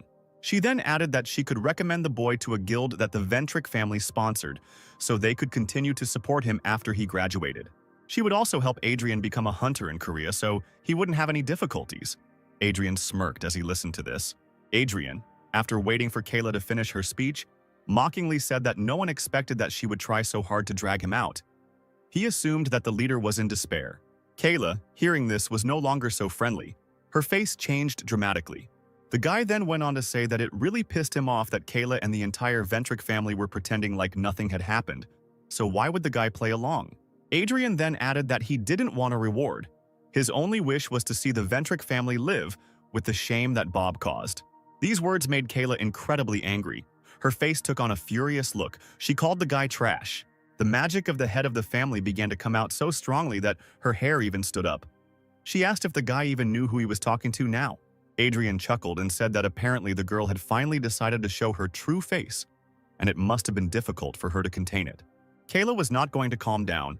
She continued to menacingly say that she came to this dump called school to make it easier to convince Adrian, and he dares to behave so arrogantly. Her eyes flashed with rage and she said that she just needed to kill Adrian here and now. She said that she wanted to be generous and give the guy a good chance, but he just refused it. Adrian listened to all this with a satisfied look. When threatened with murder, the boy mockingly told Kayla to give it a try. The head of the Ventric family did not expect such calmness from Adrian. She asked the guy again, "What was he saying?" Adrian raised his head proudly and asked, "Didn't the girl say that the Ventric family had nothing to do with the attack? But then why, in order to reinforce this lie, did she decide to spend a huge amount of money on him, and now she even wants to kill him?" Adrian then said that he thought that was all Kayla could do, and the girl listened to this and became angrier with every word he said. There was no response from the girl. Adrian, continuing to be in a completely relaxed state, said that if she attacked him, she still would not be able to kill her. The head of the family's magic was still leaking out, and his hair was raised up during the entire conversation. But suddenly the girl returned to a completely calm appearance, calmed her magic, and her hair fell back to its previous state. Kayla quickly walked to the exit, opened the door, and before leaving, told the guy that he would regret this. Adrian smirked again and said that she couldn't do anything after all and was just chatting away. At this point, Barchi contacted the guy. He said that he did not want to interfere, but decided to ask if the guy really had to do this. Adrian replied that the creatures who think that everyone should fall at their feet are what irritate him the most. His eyes flashed with anger again as he said he knew what Kayla was going to do, calling her trash who was trying to put everyone on a chain. Then Adrian said that this is why he also hates Barky. The constellation was taken aback by such an answer. Right after that, Adrian stood up and went to the exit. He thought that since there were no more lessons today, he could go to the training room a little earlier. And now he was approaching the hall where he was supposed to have training with Roxy. Looking up from his phone, Adrian saw Roxy talking to some guy. He decided to take a closer look at that guy, thinking that maybe it was someone he knew, but he still couldn't figure out who it was. As Adrian got closer, he heard the guy telling Roxy that she wouldn't be able to win the competition. He said that no matter how much Roxy trained, it still wouldn't help her against him. The guy then extended his hand towards Roxy, saying that if she wanted to stay in the family, she just needed to not be a whimsical person. He waited for the girl to answer and added that he didn't want to humiliate her. Roxy listened to all this with a very disappointed look. But suddenly the girl said no to this proposal from Roxy's older brother. The brother was very surprised at what was happening. He assumed a more confident stance, saying that he was giving the girl one last chance. So why did she refuse so easily? And so Roxy finally decided to answer the guy, gathering her strength. But as soon as she started to speak, she was interrupted by a voice that said that it was the guy himself who did not understand something, since he was an idiot. The brother couldn't believe that he was being contradicted. He exclaimed, "Who is calling him an idiot?" And suddenly Adrian appeared from behind Roxy, pointing his finger at the offender. He said that he was the idiot, because he did not leave the person alone, who worked very hard. The girl's brother's face changed and he asked why Adrian was calling him names if he didn't even know who he was talking to. Adrian noted that today, he sees too many people bragging about their status, and Adrian doesn't care at all who stands in front of him. The guy confidently told the guy not to dare bother students within the school anymore, and if he had finished his speech, then he should get lost. Then he asked Roxy if she agreed with him. Roxy immediately began nodding her head up and down in agreement. Then Roxy's brother could no longer object. He threateningly told Roxy that they would meet at the test. Immediately after that, the guy left and the two looked after him. Roxy immediately thanked Adrian, to which he told her that it was nothing special and suggested that she start training faster. But Roxy wanted to continue the conversation and said that when she agreed in the conversation, she would actually have said something different. Then Adrian asked what she had answered. She said she wouldn't tell him to get lost, she would just tell him who his mother was. But before she could finish, Adrian stopped her. As they walked towards the gym for training, they discussed that they would work hard today, since both would not be able to meet at the next training session. Fast forward to what's happening in Shinhyun, near the hills a week later. Adrian was already walking along the path among the trees with a shovel on his back, looking for the place where her notes were buried. On the way, Barchi contacted him and asked the guy if he was going to look for his notes. Adrian answered yes. Barchi asked why he needed this, if he had already found enough relics and stones in his old notes last time. The guy replied that he wanted to know how many were left. Adrian said that he thought that if he kept looking, he would find something incredible there. Barchi asked again what exactly the guy meant. The guy replied that if he found something like that, he would be able to overcome the shortcomings that he had 300 years ago. Then, turning to Barchi, the guy said that if he had found him earlier than 300 years ago, maybe he would not have killed him. At this time, reporters had already gathered near the Chojin family estate. They were heatedly discussing this family's selection day today. Rocky and her brother Drake were already standing in front of their father, waiting for the competition to begin. And then the father finally announced the start of the test, saying that he would now tell the rules. Looking at Drake, he said that, as he had already said, whoever passed the test would be considered the heir. He then looked at Roxy and said that whoever failed the test would be banished from their family. He then asked if Roxy and Drake were ready to begin. The guy and the girl simultaneously said that they were ready. Then the father said that the purpose of the test would be to find the double blade hidden in the mountains. The person who finds it and brings it to his father will be considered the winner. Then the father clarified that it didn't matter how they got this blade, the main thing was that they couldn't kill each other. And then the father abruptly announces the start of the test. Roxy confidently begins to run in search. Drake just smirked, looking at the girl, and said that this was not a timed test. His plan was to take the blade from the girl when she found it and take it to her father. He remembered the moment when he left Roxy and Adrian. As he walked away from them, his phone rang. Drake picked up the phone and said he was listening. The voice on the other end of the call asked what was going on with the double blade. The guy said he would have to take a selection test, so it would take a little longer. The voice said that the guy was telling him this for the second time. Then the voice said that the guy was already late on time. Drake got nervous. He quickly began to apologize to his opponent, but he dared to ask whether the man would fulfill his promise if he could obtain the blade. The man replied that it was a promise made in front of the constellation, so he was obliged to keep it. Drake said goodbye to the man and became even more focused on his goal. He thought that this was his last chance, so it was time to go. Roxy was already looking for this blade at this time. The girl emitted mana around herself. She felt the trace of the double blade's magic. Roxy realized she needed to concentrate, which would take her 15 minutes. The girl heard someone ask if this was a magical trace of the blade. She turned around, sword at the ready, and saw Drake behind her. He asked if she could find a trail using magical tracks and asked who taught the girl to do this. Roxy began to pull the blade out of its sheath with a displeased look, calling Drake by name. The girl remembered how she approached Adrian with a question about magic control. Adrian said he thought Roxy knew the basics. He asked if the lightning powers that the girl had mastered were basic knowledge. Roxy agreed with that. The guy told her to start practicing the magic field control, but not a large area. She asked how she should do it. Adrian was a little puzzled by her question. Hadn't the girl been taught this in her family? She remained silent in response, looking at the floor. Adrian decided that it didn't matter and clarified that Roxy only knew how to borrow the power of the constellation and how to collect magical energy. She confirmed his words. The guy scratched his head, saying that he wasn't very good at it either. He told the girl to first relax her entire body and use her fingertips and toes to weakly spread her magic and not to talk. Roxy followed his instructions. Adrian said that magic must be spread slowly. In this state, the girl needs to try to feel the magic in the air. She needs to feel the magic. Roxy felt the magic coming from Adrian. The girl, who had been focused and with her eyes closed until then, opened her eyes wide in surprise. She exhaled. Adrian noticed it and asked if she felt anything. Roxy said she felt a form of magic surrounding the boy. He explained to her that this was one of the ways to sense magic. The girl could even notice the weak magical energy that flowed out of the body. This was one of the things that the girl could do with precise control of magic. Adrian said that the more often you use magic, the easier it is to feel the remnants of magic on the ground or in the air. Roxy replied that she understood him. If a girl can see the magic of things, then she can also determine in what form magical traces are formed. If Roxy trains more, she will be able to see the silhouette clearly. The rest she should learn without Adrian. She agreed with this. Having finished remembering, the girl stared at Drake with an angry look. Drake approached the girl, wondering who Adrian was, but then said that he realized something. He asked if Adrian was the shameless guy who was with Roxy before. Did he really have talent? Even though he just looked stupid. The girl gritted her teeth, irritated by Drake's words. She said that Adrian was much stronger than Drake, and asked why Drake came here. Why?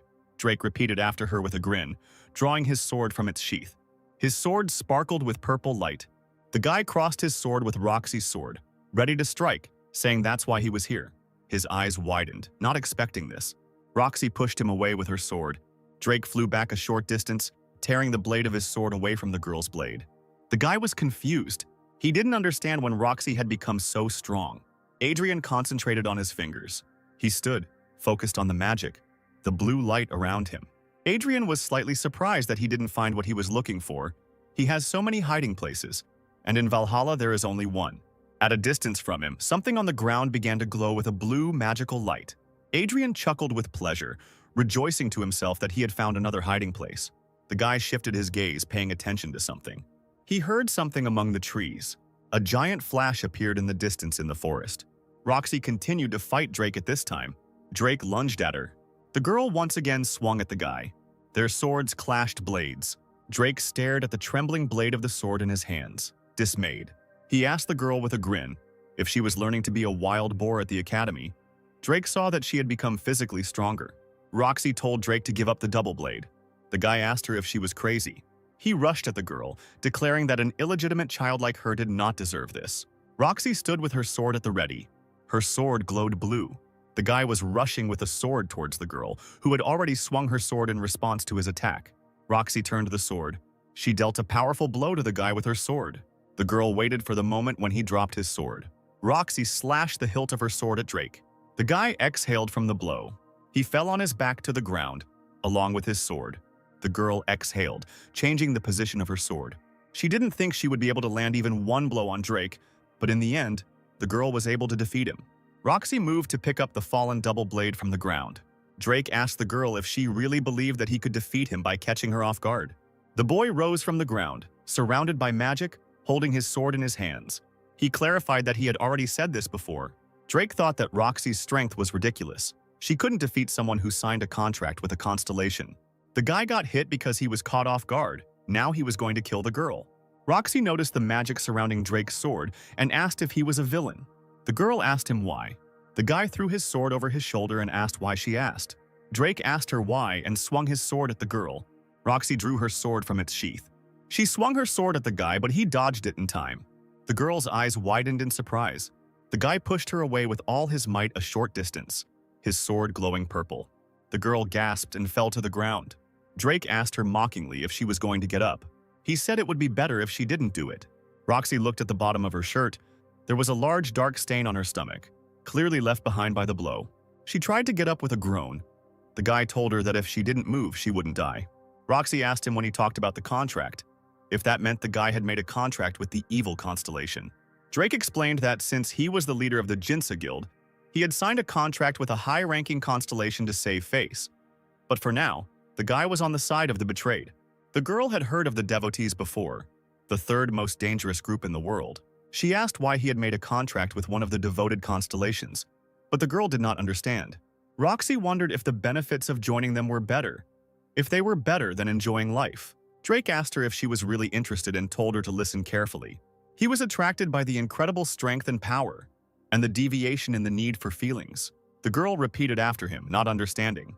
Drake squatted in front of her, explaining that he joined the Jeans Guild at the age of 12. He has been working in their family guild since he was a child. At an age when the boy was only interested in games, the family expected him to become an exemplary eldest son. The reason why he is still in the Jeans Guild is because of his father's observation. It was never Drake's choice. Even as a teenager, the boy did not want this. It was then that he met one of the devotees. As soon as Drake met him, he told him to join the devotees. The man encouraged the boy by saying that Drake could fulfill the desires that lay in his heart. Perhaps this man already knew the guy's temperament. The girl clarified what Drake meant.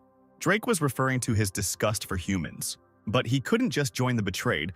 The guy had to fulfill a condition. Drake had to get his family's heirloom, the double blade. If Roxy had simply given up, there would have been no need to start the second selection test, and Drake would have simply been given the double blade. The girl asked if he meant the second blade. Drake was surprised that the girl did not remember. 10 years ago, the eldest daughter of the Chojin family, Roxy's older sister, participated in the first selection test. Roxy was shocked by it. The girl asked if her older sister had gone missing. Drake admitted that he couldn't control his desires during the selection test. Before searching for the double blade, the guy killed her on the mountain.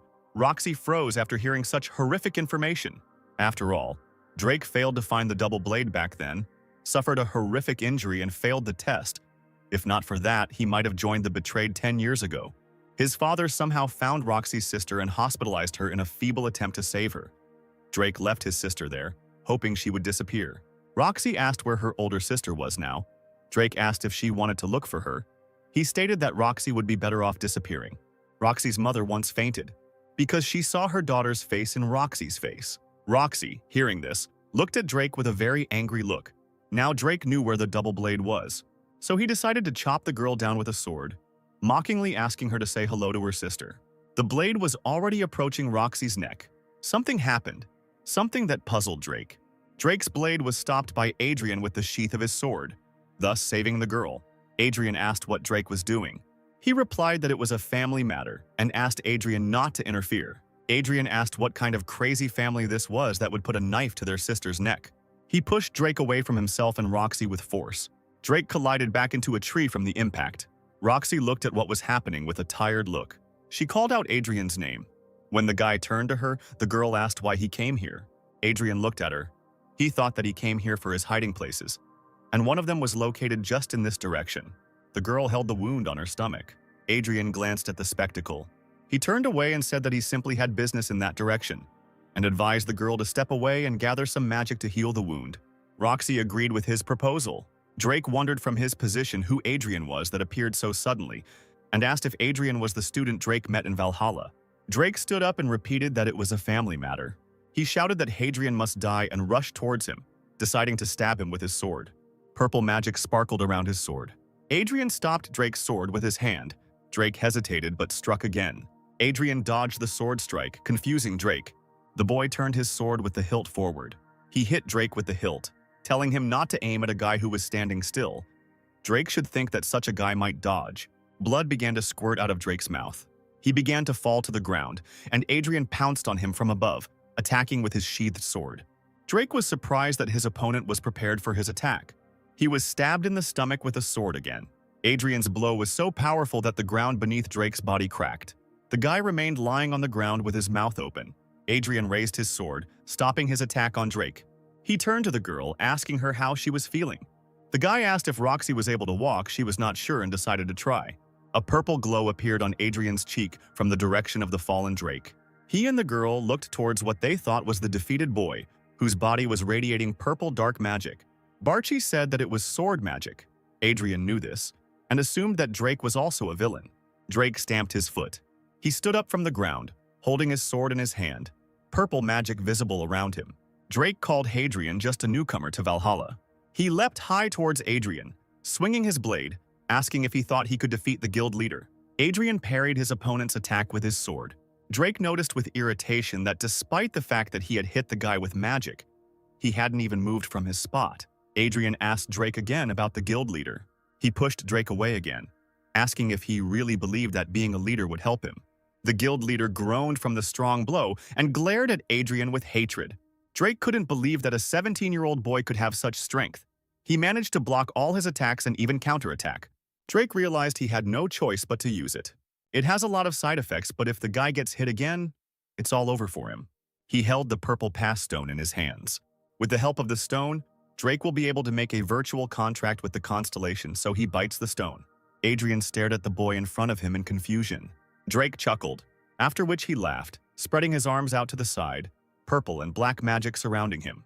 At the entrance to the test site, a crowd of people were puzzled by what was happening. It seemed to them that an earthquake had begun. One of the girls in the crowd pointed somewhere, attracting everyone's attention. They saw dark purple magic in the distance, reaching up, and wondered what it was. The man was shocked by the sight. This is sword magic, dense enough for the general public to see. And there is also the double blade. Such an event in the middle of the selection test, he had to go and see what was going on there.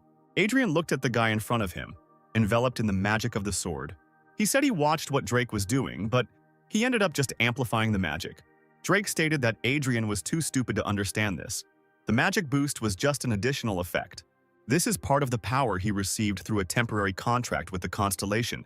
Drake stated that Adrian would die here, and behind Drake, the silhouette of a dragon became visible. The dragon that kills everyone recognized the sacred relic and descended. The dragon showed its teeth, as if glad to descend after a long time. The dragon activated its all-seeing eye ability. Adrian raised an eyebrow slightly, but he still didn't look scared or impressed. The dragon's eyes widened, taken aback by this reaction. He stared at Adrian in horror. The dragon has deactivated the all-seeing eye ability. He activated the ability again. The dragon was terrified. The creature exclaimed that it had to get out of here. Drake asked him again in confusion, calling him Sir Constellation. The dragon rejected the call and terminated the temporary contract. The constellation took its power and fled. Drake stood there, puzzled, no longer able to stand. The guy didn't know what to do now. He was stabbed in the stomach with a sheathed sword. Adrian asked if Drake still thought he could defeat and kill him. He pushed the hilt of the sword with his hand. So Adrian knocked Drake's weapon away again and delivered a powerful blow. Drake's mouth opened wide in pain. He fell to the ground exhausted. The leader of the devotees, and also the Dragon King, was shocked when he saw the message that appeared, which he received from the dragon, who informed him that the leader of the devotees was causing him problems, and asked if he wanted to disappear from the mortal world.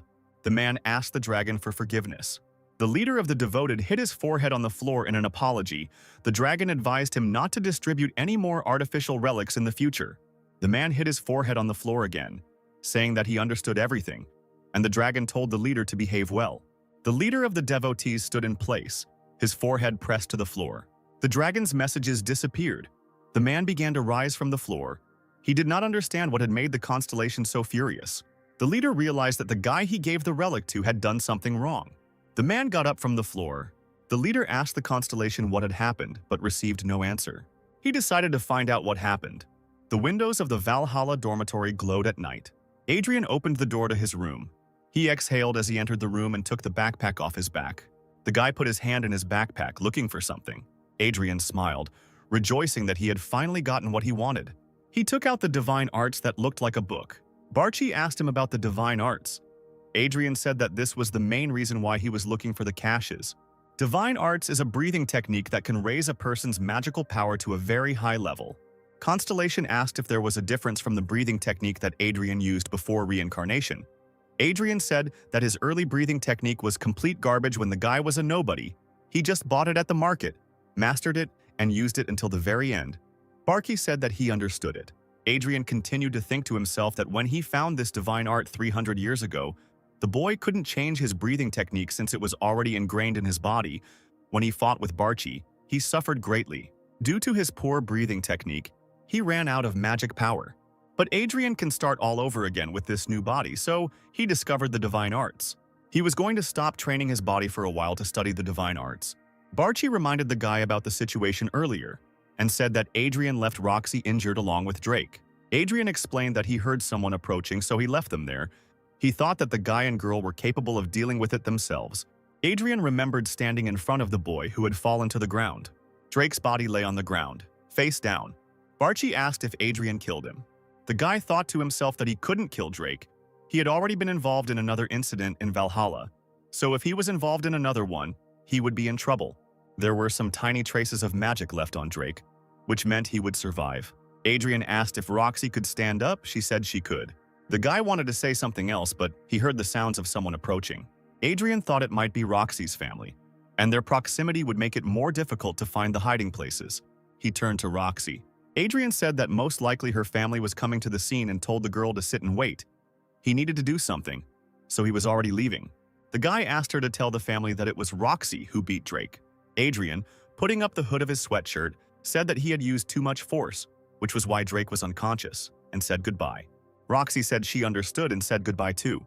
Having finished his recollection, Adrian lay down on the bed. He thought that once he mastered the divine arts, he would return the remaining storage stones, so the last time the boy absorbed their magical power, he was unable to absorb it all due to his own low ability. Adrian thought he should take a rest. At this time, in the Choijin family's house, people gathered around the table for a meeting. The man at the head of the table said that thanks to the press that came to film their family's screening test, articles came quickly. He asked if they had all been read, and one woman confirmed that most of the articles had been read. One article suggested that the Choijin family is related to the devotees. There was more than one such article. The man called it chaos. He couldn't believe that someone from the Choijin family could be a villain. In addition to this, the association published an official letter and he received a statement from the association. When something like this happened to the Ventric family, it had nothing to do with the Choijin family, so they simply kept quiet. But in this case, that approach won't work. Drake was handed over to the police. The man inquired about Roxy's condition. He was told that she had been sent to the Choijin family hospital for treatment. The girl's wound is significant, but her organs are normal, the bleeding has stopped, and she will not need any major surgery. The man, hearing this news, sank back in his chair with relief. One of those present reported that there were also several articles about Roxy. In them, Roxy was called a genius for being able to defeat a member of the devotees while being an ordinary student. The man asked if there were any articles about the girl going against her family. The selection test ended in chaos, but the next head of the family was confirmed, and articles like these will help Roxy firmly establish herself as the successor. The man agreed with this. It's good that Roxy has a legitimate chance of success, but defeating Drake on her own is weird. He remembered finding the girl. She sat, clutching her wound, next to Drake's body. Then Roxy said that the guy attacked her with evil magic, so she knocked him unconscious. She was asked how she managed to do this, because a lot of magical power was visible above the mountains. The girl was lifted from the ground by bodyguards. She replied that Adrian taught her. The man decided to search for information on the internet. He found an article about how Adrian openly told the guild guides to go to hell. In Valhalla, day had already come. Adrian walked up to his desk. He shifted his gaze, paying attention to something. Roxy sat at her desk with her back to Adrian. Adrian sat down in his seat. He thought Roxy should have been hospitalized, but she seemed to be okay. The girl turned towards the guy. She smiled at Adrian and waved her hand at him. The guy, one of a couple of guys walking behind him, thought the girl waved at him and was surprised. His interlocutor said that Roxy would never wave at him. Adrian remembered how he studied the divine arts. He held his hand out in front of him, palm up. Then, the guy received a message from Roxy. She said that she would not be able to attend training for some time. The doctor forbade her to take part in any physical activity and sent a sad smiley in the form of a hair. Adrian thought that considering the bleeding the girl had, this was quite expected. He said he was going to do his own thing for the next few weeks so the girl could do whatever she wanted. Roxy started sending a bunch of nodding bunny emojis. The guy demanded that she stop. Barchi said that Adrian needed to know something. The black magic they encountered seemed familiar to the constellation. Adrian asked if Barchi remembered anything about this. He said no. In connection with this, the guy asked what was going on. It wasn't that Barchi didn't want to remember it. It was that something was blocking his memories. Adrian assumed it was because of the scoundrel Barchi had mentioned last time. Barchi wasn't sure, but if he could fulfill the second condition, perhaps it would help overcome this mental block. But that was just his theory. Adrian thought about the second condition, the Eye of the Great Forest. The guy thought it was just an area used to evaluate performance, but this is where the final practical exam takes place, and apparently people with the lowest combined scores for the midterms and finals will be eliminated. Does this mean that all Adrian can do is wait for the final exam, which seemed like a waste of time to him? Adrian, sitting in class, thought that he still needed a little time to get used to things, and then he was going to go in search of the great eye of the forest. The teacher, who entered the classroom, ordered everyone to sit down in their seats when he entered the classroom. Before he starts the lesson, he needs to make a short announcement. The teacher asked if everyone knew about the inter-academy competition that would take place next month and received an affirmative answer. Barchi said the teacher had already mentioned this after the midterm exam. Their school was thinking about choosing their members, so the school planned to choose the best students based on the results of the midterm exam. After telling this, the teacher told Adrian to follow him. The guy was slightly surprised. The teacher and Adrian came to the office. The man noticed that they often met here. The guy agreed, since the man often called him here. The teacher confirmed that this was true and said that he needed to talk about Adrian's participation in the inter-academy competition. The guy immediately refused. The man said that he hadn't even gotten to the important part. Adrian asked what kind of competition this was. The teacher was sure that he had told about it in class, but was ready to tell it again. There are 3 major hunter training institutions in the world, one of which is Valhalla Academy in Korea, the second establishment in China called White Lotus, the third establishment in the USA called Heroes. Each of the 3 academies selects several first-year students as representatives and invites them to participate in a competition that includes sparring, escaping a maze, and more. Valhalla Academy plans to send those who scored the highest on the practical exam. Adrian yawned demonstratively, and the man asked if he was interested. The teacher explained that if their academy had won first place, not only would all the participants have received a scholarship, the boy interrupted him, saying that they would have been showered with money and all that. Adrian is not interested. The teacher said that he knew that he wanted to get into the eye of the great forest. Adrian asked him again, puzzled, as he did not expect such a phrase. The teacher explained that the eye of the great forest is the place where the final exam will take place. The final test in the competition will be entering the eye of the great forest. This will be basically the same as the final exam, and of course those who complete this task will be exempt from the final exam. But if Adrian fails the test, he will have to wait for the final exam. Adrian confirmed that he understands everything. The guy agreed to take part in the competition. It was already dark, and the windows of the Ventric family estate were lit up with light. The head of the family, a blonde girl named Adelia Ventric, asked how the preparations were going. The 2 men in front of her said that everything was going well, addressing her as mistress and bowing. However, the preparations would most likely take another month. Adelia told the men to continue in the same spirit. At first, the girl wanted to ask about Valhalla, but changed her mind and asked how Bob was doing. She was told that there were no violations to report. She told me to let her know if necessary. The men mentioned that they had heard some disturbing news, even though it did not concern them. Construction of a building made from paper money has begun at the market. The men believed that the Black Cat was responsible for this. Adelia wondered what he was planning, since the Black Cat had never done anything like this before.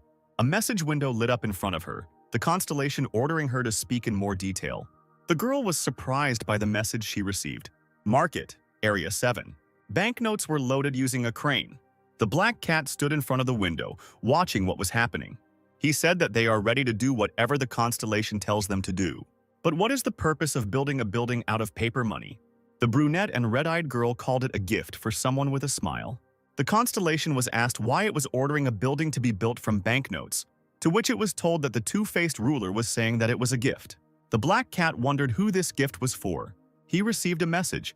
The two-faced ruler was wondering if the Black Cat had found the one who sold the ring.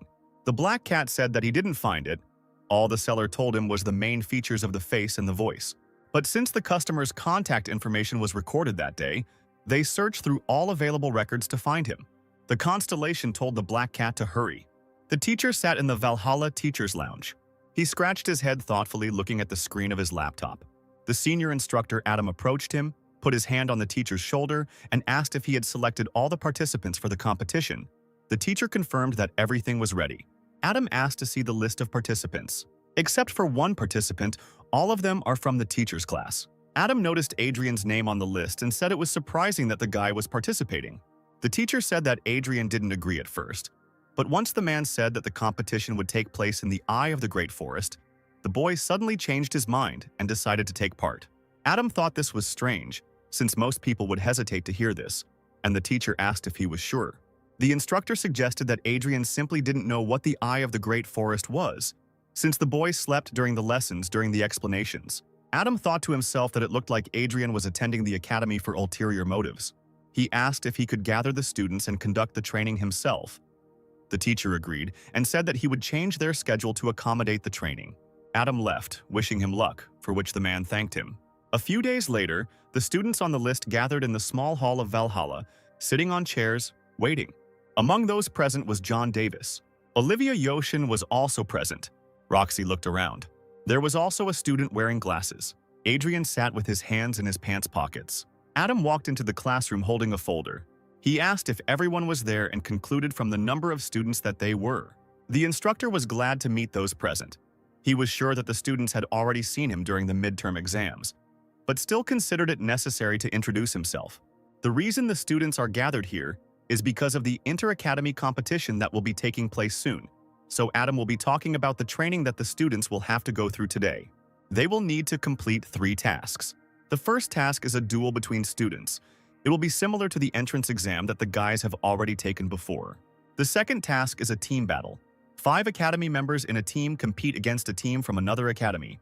All teams will be fighting at the same time, so the team captain's ability to navigate the situation is important in this task. The third task involves the Eye of the Great Forest. Hearing about this, Adrian began to listen more carefully. Even though the exam for the guys is still ahead, Adam is not able to give much information, but he can say that the Eye of the Great Forest is a labyrinth. The Eye of the Great Forest is a forest full of trees. Unlike a normal forest, the gates are heavily guarded and designed in such a way that anyone who tries to enter through them will be detained. The only way to enter is through the official gates. All the senior instructor can say is that each team will enter the Eye of the Great Forest. A specific task will be given on the day of the competition. Since there was nothing more to tell, Adam suggested moving on. He was going to explain the specifics and format of a team battle. The students already had experience working as a team during the dungeon raid. Adrian was slightly surprised when he realized that there would be no more explanation regarding the Eye of the Great Forest. He asked himself if there was a barrier. Couldn't the guy break through, but it seemed like it wouldn't be that easy. Adam finished talking about the team battle and decided to start explaining what their training would look like. The instructor asked if there were any questions. Adrian raised his hand. Adrian asked if it was possible to train alone. Adam said it didn't matter. If a guy wanted to train alone, he could do it. Roxy raised her hand and declared that in that case, she would also train alone. The man asked if anyone else wanted to train alone or ask a question. The students remained silent in response. Adam suggested that they leave it at that and said that they would see each other at practice. Everyone started to leave, but Roxy and Adrian remained sitting in their chairs. Adrian figured that he would have just enough time to master the technique before the competition began. He would absorb all the mana and would be in excellent condition as soon as the competition began. The guy will spend the rest of the time training his own body. While he was thinking about this, someone called him by name. Roxy asked the guy if she should just join the training. He asked why she was asking since she was originally going to train alone. Adrian also recalled that the girl mentioned that she couldn't train hard. Roxy began to remember her dialogue with the teacher. He told her then that he had read an article about the girl's condition, but thought it would be worth asking her personally about her desire to participate. The man asked if she would participate. The girl asked if Adrian would be participating. The teacher said that he heard that he would. Roxy said that in that case she was going to participate. The man told her that her wound was not yet healed. The girl thought that everything would be fine with her. After finishing reminiscing, Roxy thought that she was already halfway to becoming the head of the family. But thanks to Adrian, the girl found another goal. Her goal became to become stronger and help Adrian achieve what he wants to achieve, just like he once helped Roxy. Adrian was confused by her behavior. He noticed that she was talking at first, and then suddenly stopped and laughed terribly, after which he repeated his question about hard training. The girl confirmed that she can't train hard yet. The guy then suggested not to focus on mana control for most of the training. He told her to stick to light walking in training and keep all energy to a minimum. Adrian said that when he finished his work, he would help the girl a little more and said goodbye. It was not quiet in some dark building in the evening. A guy tied to a chair begged 2 of the Samsala Alliance to have mercy on him. He asked to be released, promising to give everything his tormentors wanted. The bald man in front of him pulled out a knife with a smile. He threw the knife into the guy's chest, causing him to cough up some more blood. The guy bent over, losing consciousness, and his life along with it. A woman, Lisa, asked a bald man named Al if he could have killed the guy faster. Al said it wasn't that interesting. Lisa felt her phone vibrate and assumed it was a new order. Al asked if she had received a new target to kill, and the woman confirmed this. The new target was Adrian. The woman assumed that he was a student of Valhalla. The boy's body was hanging, tied to a chair. The man pulled a knife out of the corpse's chest. Al asked why they were ordered to kill this student. Lisa didn't know, but she thought the client had paid a lot of money. The man asked about the deadline. She replied that the employers wanted Adrian to be killed in a month during the competition. Al asked if they couldn't kill the student now. Lisa informed him that the academy and dorm security would stop them and asked if he wanted them to break through the protective barrier and kill Adrian. The man noticed that there would be other students present during the competition and asked if that would be more dangerous. Lisa said she was told about it. The third day of the competition will take place in a place called the Eye of the Great Forest, a labyrinth made up of trees. The students must find their own way out of the labyrinth. Al asked if there would be an instructor with them. Lisa said that there would only be a large drone watching from above, and other than the guards at the entrance, the rest would be watching from the surveillance room. Al said they would have to hide and wait for the right moment. He didn't find that interesting. Lisa noted that they would still have to carry out the order. The man knew this. A month later, the first day of the competition arrived. Among the students cheering in the stands, Bob Ventrick sat with a gloomy look on his face with his companion Alice. He looked at what was happening gloomily. Bob remembered calling his father. He reported that he had received the money. His father Eden was pleased with this. The man wanted to say what to do with the money, but Bob interrupted him, saying that he would decide for himself what to do. The guy said that he ordered the assassination of Adrian from the Samsal Alliance. Eden asked in shock if the guy was serious. Bob reminded him that he had already said that there was nothing that could connect the man with his actions. The Samsal Alliance accepted the order and Eden was taken aback when she heard the name. Father had heard a lot about them, especially about the leader of the Alliance. The Alliance is a team of 3 people who work together to become invincible. The man asked him not to do anything that could give Bob away, and the boy agreed with him. Bob was sitting in the stands. The Alliance managed to send him a response that they would take care of Adrian's death during the competition.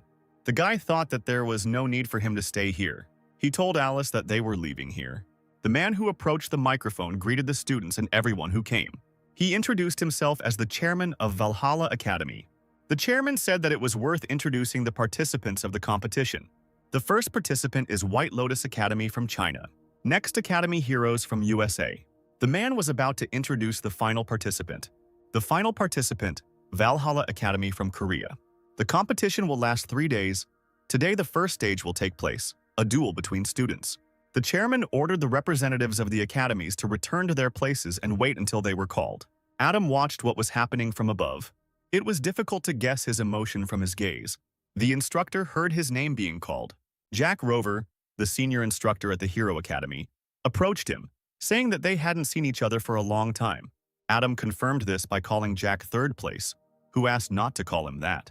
He also said that Valhalla wasn't the only one who took first place. Adam agreed with this. Rover said this year will be different. He believed that the heroes would take first place this year.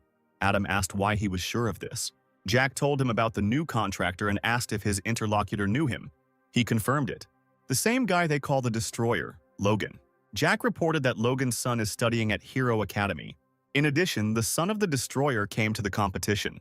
Logan's son, Logan Jr. Adam said that in that case, he was looking forward to seeing what the guy was capable of. Jack reported that Logan Jr. had already signed a contract with his father's constellation. Adam clarified, a contract with the Destroyer of everything. He asked if the boy used the same destruction as his father. Jack said that he could use destruction, but he was not as good as his father. Rover heard that the new students of Valhalla are also strong, especially Adrian. The man heard that the guy caught and beat the villain. Adam confirmed this and said that Roxy was able to repeat it. Jack noted that they were then worthy opponents for Logan Jr., considering that he easily defeated adult contractors. Adam just chuckled, and Rover noticed that it was too weak a reaction. The participants of the first round have been determined. Adam said that Jack would understand his lackluster reaction after he watched the match. The first to face off were Adrian and Logan Jr. The boys representing different academies stood in front of each other. The rule is the same for all matches. The winner is the one who first knocks the opponent unconscious. Even if one of the fighters deals fatal damage, the stadium system will automatically reduce it. Instead of fatal damage, an electric charge will be dealt, which will knock out the target so the opponents can feel free and give it their all. There will be no external interference. The protection system will be in effect until the end of the fight. Students should keep this in mind when they hear the start command. They will need to start the fight. Adrian wondered why such a security system would be used. Barchi explained that competitors must be in good health to participate in the next trials. Logan Jr. waited tensely for the countdown to end. And then the number 1 was spoken. As soon as the start command was given, Adrian swung his fist at Logan, but he failed to land a blow. His fist was clenched by Logan's hand.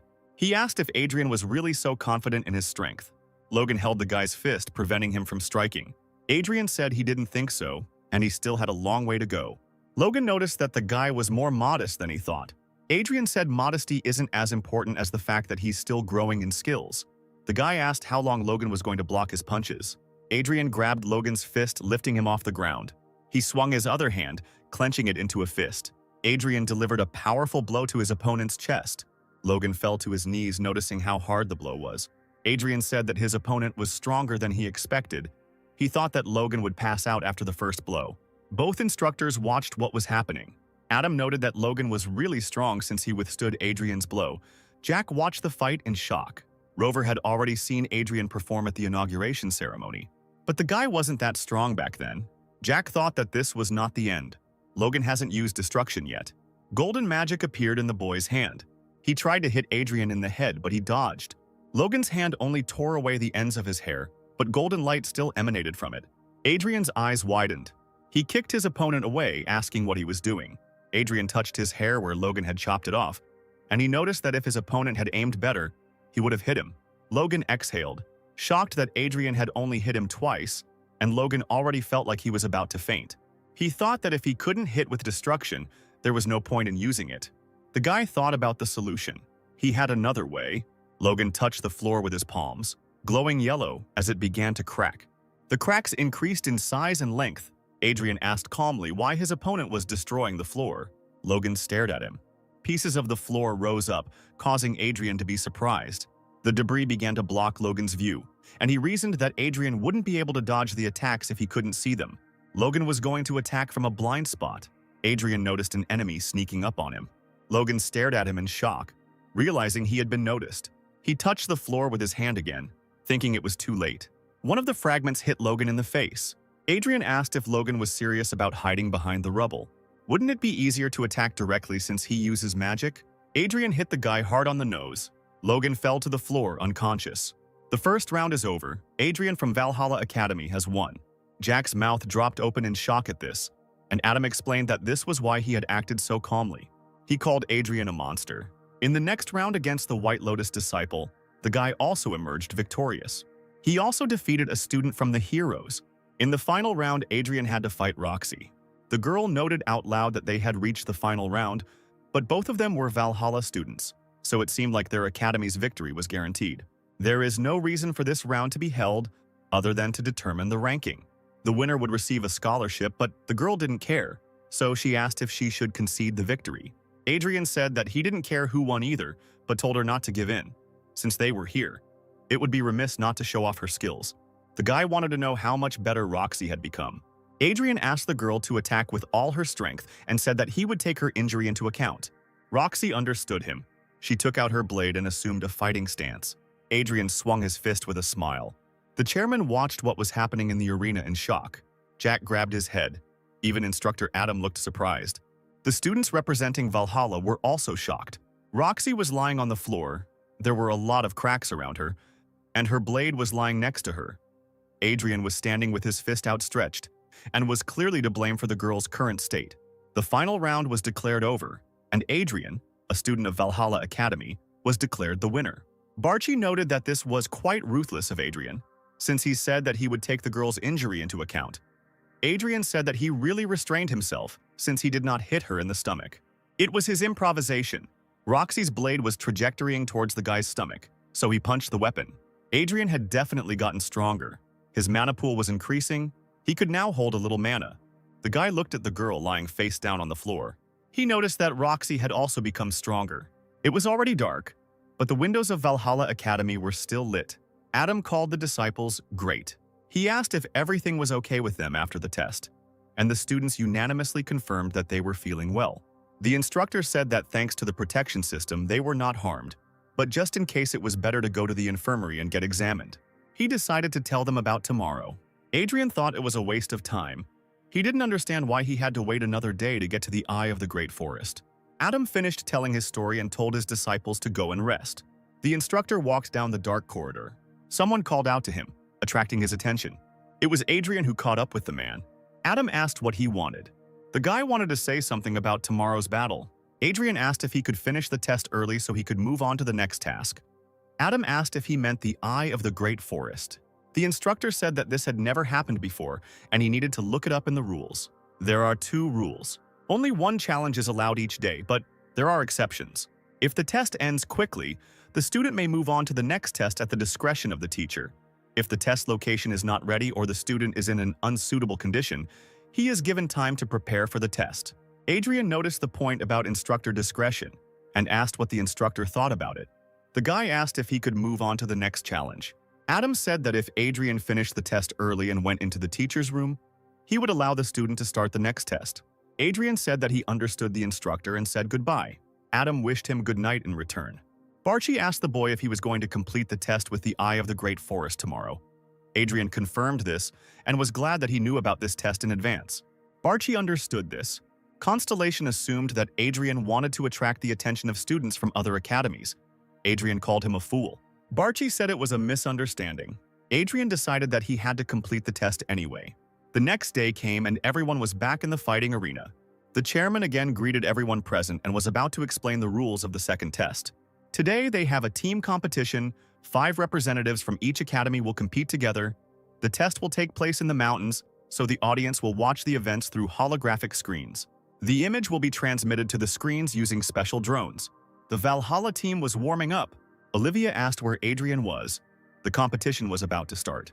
The guy just approached them, apologizing for being late. Olivia indignantly asked why he came so late. Adrian admitted that he overslept. The girl noticed that he should have arrived 30 minutes earlier and asked if he had been listening to the teacher. The guy said that he had been thinking about other things at the time. Adrian asked the girl not to start making noise. He said he would take care of everything. Olivia asked him again. She asked him if he understood what he was saying. Because this test was about teamwork, the guy said that he understood it. Olivia said that because Adrian had defeated the other academies, they would all be targeting the Valhalla students and asked if he was sure he wanted to go alone. The girl turned to the others, asking if they agreed with her. Roxy approached them. Olivia asked if the girl agreed with her. Roxy asked if she could go with Adrian. He refused her. She just agreed with him. And Olivia was shocked by her calmness.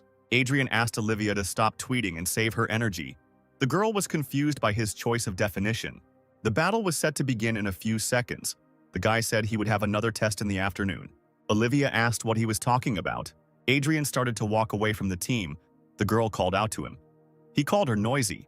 The guy said he needed to prepare for the eye of the great forest. The test had officially begun, and the White Lotus team was already prepared. But they didn't expect Adrian to sneak up and jump out from behind. One of the girls on the team recognized Adrian and told the team to get ready.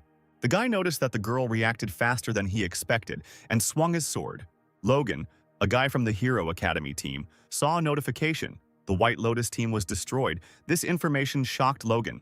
Only 10 minutes have passed since the test began. Logan realized that Adrian was heading straight for the White Lotus team. The guy thought that the Heroes team would catch up with them first. One of the team of heroes informed Logan that he felt magic in that direction. He was asked if it was the Valhalla team. It turned out that it was one person. Logan ordered Luke and Dan to hold the shield. Melissa was instructed to prepare a magic circle. Bella had to prepare the shield. The hero team was ready. Melissa clarified that this is one person. Why do they need such protection? Logan said that if it was Adrian, then they really needed that kind of protection. Bella noted that Melissa did not know the enemy's strength, since she had not fought Adrian. Melissa said that Logan is also strong. He asked not to compare them. One of the guys noticed that the magic was gone. Logan asked if Adrian had left. Bella assumed that the guy had left after defeating White Lotus Academy. The Hero Academy team was still holding the defense. At this time, Adrian was watching them from above. An idea occurred to Logan. He guessed that the enemy was from above. But as soon as the guy guessed, his face was already met with a sword in a sheath. Adrian smiled as he hit Logan. Logan fell to the ground, his team members only just managing to realize what was happening. Bella was caught off guard and quickly turned her gaze away in surprise. She also got hit by Adrian. He noticed that she was slow. Melissa held a ball of golden magic in her hands. She threw the ball at the guy, but he managed to dodge. Adrian hit the girl, asking if she really wanted to attack him with a blob of magic. While he was distracted by Melissa, Luke and Dan came up behind him. One of them was struck in the side by a sheathed sword. Adrian, of course, was ready, so he managed to attack. He hurt both guys with his blow. They fell to the ground, Adrian standing surrounded by a team of fallen heroes. He was glad that he could now go to the eye of the great forest. The chairman, who was in the observation room and watching what was happening in the test on the cameras, did not understand how this could have happened. Adrian finished the team fight in 23 minutes. But to be precise, he spent even less time on the fights, 3 minutes, and 20 minutes were spent on the road. The chairman noted that this was a problem because the situation was ruining the schedule. Adam said that he read the rules and they said that if the test was over by noon, then they could start the next test. The instructor would like to discuss this with other academies. The chairman asked to be informed of the results of the discussion. Adam agreed. Adam wondered if Adrian asked about it because he knew about his quick victory. The man found it frightening. Adam and Jack walked down the corridor. Jack said that they still needed to talk to the White Lotus, but the heroes didn't mind starting the test. The hero instructor was finally convinced of this when he watched the team test. He didn't think the result would change if they postponed the test. Now Jack understood why Adam called Adrian a monster. Adam understood him. He invited Jack to go with him and talk to the White Lotus. Meanwhile, the Valhalla team was in the break room. Olivia wiped her sword, glancing sideways at Adrian. She thought he was crazy because she didn't expect him to finish the battle alone. Olivia was going to take the initiative since the teacher told her to be the team leader, but she couldn't do anything. In addition, the girl lost in a personal fight with Roxy. Olivia heard that she was trained by Adrian and suspected that this was the case. At this rate, Olivia will continue to fall behind, which is something she cannot allow. The girl looked at Adrian, wondering if he would teach her if she gave up her pride. Her thoughts were interrupted by an announcement addressed to the students. Tomorrow's test with the Eye of the Great Forest has been postponed to today, and it will take place at 1 p.m. The students were asked to prepare for the test. Olivia noticed that everything happened as Adrian said. The guy said that before the test began, he needed to tell him something in advance. In the Eye of the Great Forest, Hadrian intended to act alone, and that everyone would survive on their own. He said that if anyone had any problems, they could call Adrian for help. Olivia thought, they had already won 2 challenges. If they didn't get the lowest score, they wouldn't lose. Even if it's a maze survival game, there shouldn't be many monsters there. Adrian looked at Olivia questioningly. He asked if Olivia wanted to say something and called her a bird, causing the girl to be confused. The girl indignantly asked why he continued to come up with nicknames for her. The guy said that now she was confirming her nicknames, and Roxy, who was watching this, thought that the nickname Bird was very cute. The students of the 3 academies stood before the gates of the labyrinth. The chairman announced a new test, Survival in the Labyrinth. As in the previous test, spectators will watch the events through holographic screens. Before the test begins, the chairman wants to talk about the maze. The Eye of the Great Forest, where the trial takes place, is a forest-shaped labyrinth, as the name suggests. Inside is a labyrinth unlike any other. It has a unique environment where it never stops raining, and the monsters are quite low level, so there are few factors that pose a threat. Rain and dense bushes are the real threat to survival. The test is how well a person can survive. When the students enter the labyrinth, their condition will be measured and checked after 5 hours. The closer a person is to their original condition, the higher their score. Fights between teams are prohibited. The chairman announced the beginning of the trial. The students entered the gates of the labyrinth. At this time, Al and Lisa were in an abandoned warehouse in Valhalla. They were informed that the students had entered the Eye of the Great Forest. The head of the Samsel Alliance, under the pseudonym Alia, informed them about this. She said that it was time to go to the labyrinth. Some kind of magic is blocking the entrance to the labyrinth, and it is supported by 2 people, so we'll have to deal with them first. The Trinity teleported, illuminating everything around with purple light. Adam's eyes widened, astonished by something. The surveillance cameras were out of order, and their screens showed nothing but static. The chairman considered the simultaneous failure of all cameras to be suspicious. He asked his subordinate if he had contacted the gate guard, and he replied that no one was answering him. Adam noticed that the students might encounter unexpected problems, so he suggested entering the maze with Jack. The chairman agreed with his suggestion. They were in a hurry. A crowd of people with Adam at the head came to the labyrinth. At the place of arrival, they found a pile of giant stone debris blocking the way. It was raining in the labyrinth as promised. The hero team stood there, getting wet, looking dejected. One team member approached Logan. Melissa said that Bella wasn't feeling well. Bella was shaking but said she was fine. The rain was just unexpected and cold. Logan noted that if the girl got hypothermia, she would be eliminated. The team leader wanted them to at least get high scores even if they didn't win. He suggested building a hut to get out of the rain, so he ordered Melissa to collect large leaves and Dan and Luke to collect branches. Logan decided to level the ground and dig a hole. He noticed a purple and black portal ahead. Alice, who came out of it, asked why it was raining here. Al told her to forget about it, since they needed to finish the mission. Al said he would kill Adrian. The man, already holding it in his hand, noticed a surprised Logan. Al shouted that it wasn't Adrian. Alia, covering her head with her hands, explained that she teleported them to a source of moderately strong magic because it was the only way to find Adrian. Logan, who was listening to their conversation, wondered who these people were and if they wanted to kill Adrian. The guy felt black magic. He assumed that the Trinity in front of him were villains. Lisa said they couldn't leave any witnesses and told Al to deal with them. The man replied that he knew it. Logan cursed, a clot of golden magic already glowing in his hand. He formed a ball of magic and swung it, asking the three what they were doing here. The knife in Al's hands glittered. A blade pierced Logan's stomach. Al, who was behind the guy, asked if Logan had really insulted him. The boy stared at the man from behind with confusion. He asked how he managed to end up behind. The man advised the guy to look from the front. Turning around, Logan saw the second Al ahead, or rather the first. He was shocked by this. Front Al swung his knife. He plunged another blade into Logan's stomach, saying that it was his doppelganger. Logan fell with a splash onto the wet ground. Lisa asked if he killed him. Al said he would let Logan bleed out slowly. There was a cry of shock. Bella, with the shield on her back, found Logan fallen. Lisa again ordered the man to get rid of the witnesses. He agreed with her. Al asked if he could do whatever he wanted. The woman allowed it. All that mattered to her was that he finished faster. The man rushed towards Bella with a smile. Adrian ran through the forest in search.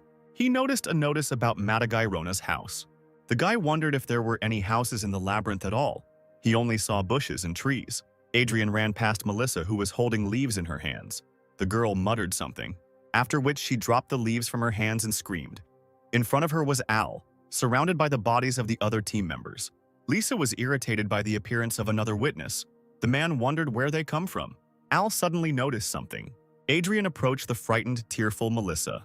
Lisa smiled slyly, realizing that their target had come to them on its own. Al assumed that the guy was attracted by the screams, which is why he doesn't kill people right away. Adriana was tensed by the word goal. He lowered his gaze. The Hero Academy team lay on the ground as the rain pounded their bodies. Adrian ordered Melissa to deal with the wounded while he dealt with the enemy. The boy noticed that the defeated students were still alive. Adrian also noted that they looked like they didn't want to be killed right away. But why leave the students to bleed? He told the trio that they had spoiled his mood. Since they have gotten in here, he will have to get rid of them. Al decided that the guy didn't understand the situation he was in, because he was stuck in this labyrinth. The man explained that they had broken in through the only entrance to the labyrinth and had disabled the surveillance drones. Adrian noted that the teachers had already noticed this by then. Al said that they wouldn't be able to get here fast enough. The entrance was completely destroyed. It will take the teachers at least an hour. Adrian said just 1 hour. He raised his head, asking no one in particular if he had only an hour left to search. Al raised the knife, saying that he didn't understand what Adrian was talking about. The man and his double ran towards the guy from both sides. Al swung his knife forward.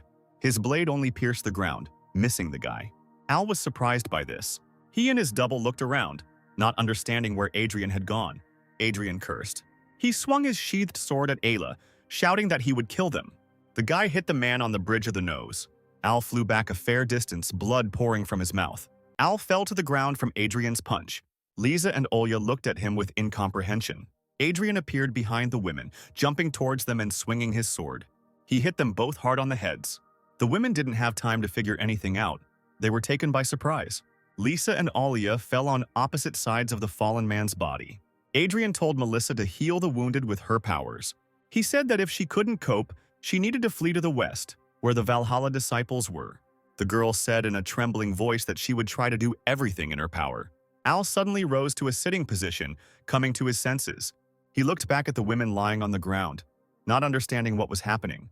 Adrian called Al's comrades weak. The man didn't answer but quickly pulled out a knife. Adrian decided, before killing the man, to ask who the client was who ordered Adrian, since the guy heard him being named as the target. Al asked if Adrian really thought he would tell him everything and stated that Al was not a newbie. The guy scratched his head, saying that it was strange because usually people immediately tell him who sent them. Al was confused for a second. He decided to attack the enemy from behind with the help of his double. Adrian moved back, dodging the doppelganger's knife. Al was surprised that the student was able to dodge, since his double's presence was undetectable. Adrian said the man behaved like a rat, attacking from behind. The boy swung his sword, asking if Al meant to attack suddenly. Al stared at him, puzzled. He received a hard punch to the nose from Adrian. Al grabbed his bleeding nose. Adrian addressed him, calling him bald. The student repeated the question of who the client was who ordered the hit.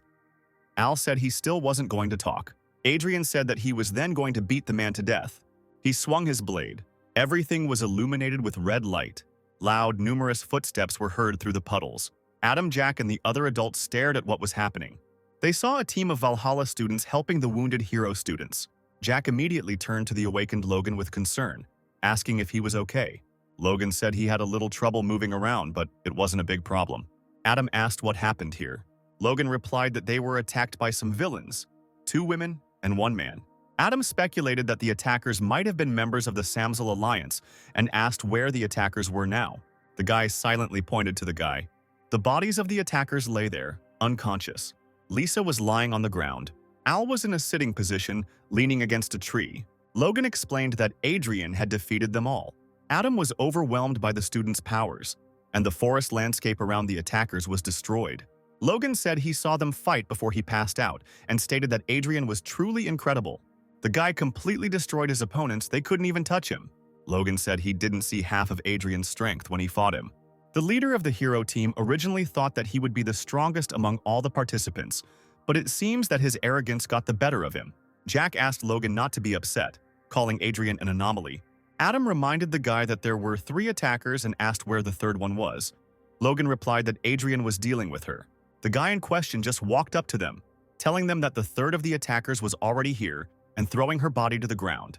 Adrian explained that he was trying to find out who was behind this order and what their goal was. Adam noticed that the guy was safe, and he confirmed this fact. The man suggested discussing this in more detail when they returned to the academy. The teachers will help the injured students and take them to the hospital. The Valhalla students were given an assignment. They needed to get to the White Lotus team and tell them about the situation. The competition was officially over. It was already evening, and the lights were still on in the windows of the Valhalla dormitory. Adrian dried his hair with a gray towel. The guy fell onto the bed, noticing that today had been a difficult day. He was incredibly tired. Barchi noticed that Adrian used a lot of mana to deal with the attacking mercenaries. The boy agreed with the constellation. But everything went well. The task with the sphere was considered completed. The guy put his hand in his shorts pocket. He took out the sphere from there, thinking that it was difficult to get it out. But he did it anyway. Adrian remembered interrogating Olia. When the woman woke up, she complained of a pain in her head. Adrian then told her to get up. She stared at him in shock, rising from the ground. The guy squatted in front of her, asking her about her abilities.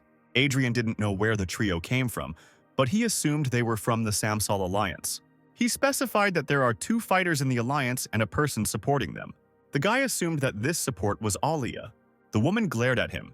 Adrian repeated his question about abilities. She told him to forget about it, as she was not going to say anything, and a black magical mist appeared around the woman's body. Adrian touched the fog with his hand. Alia was in shock. The student was able to stop her.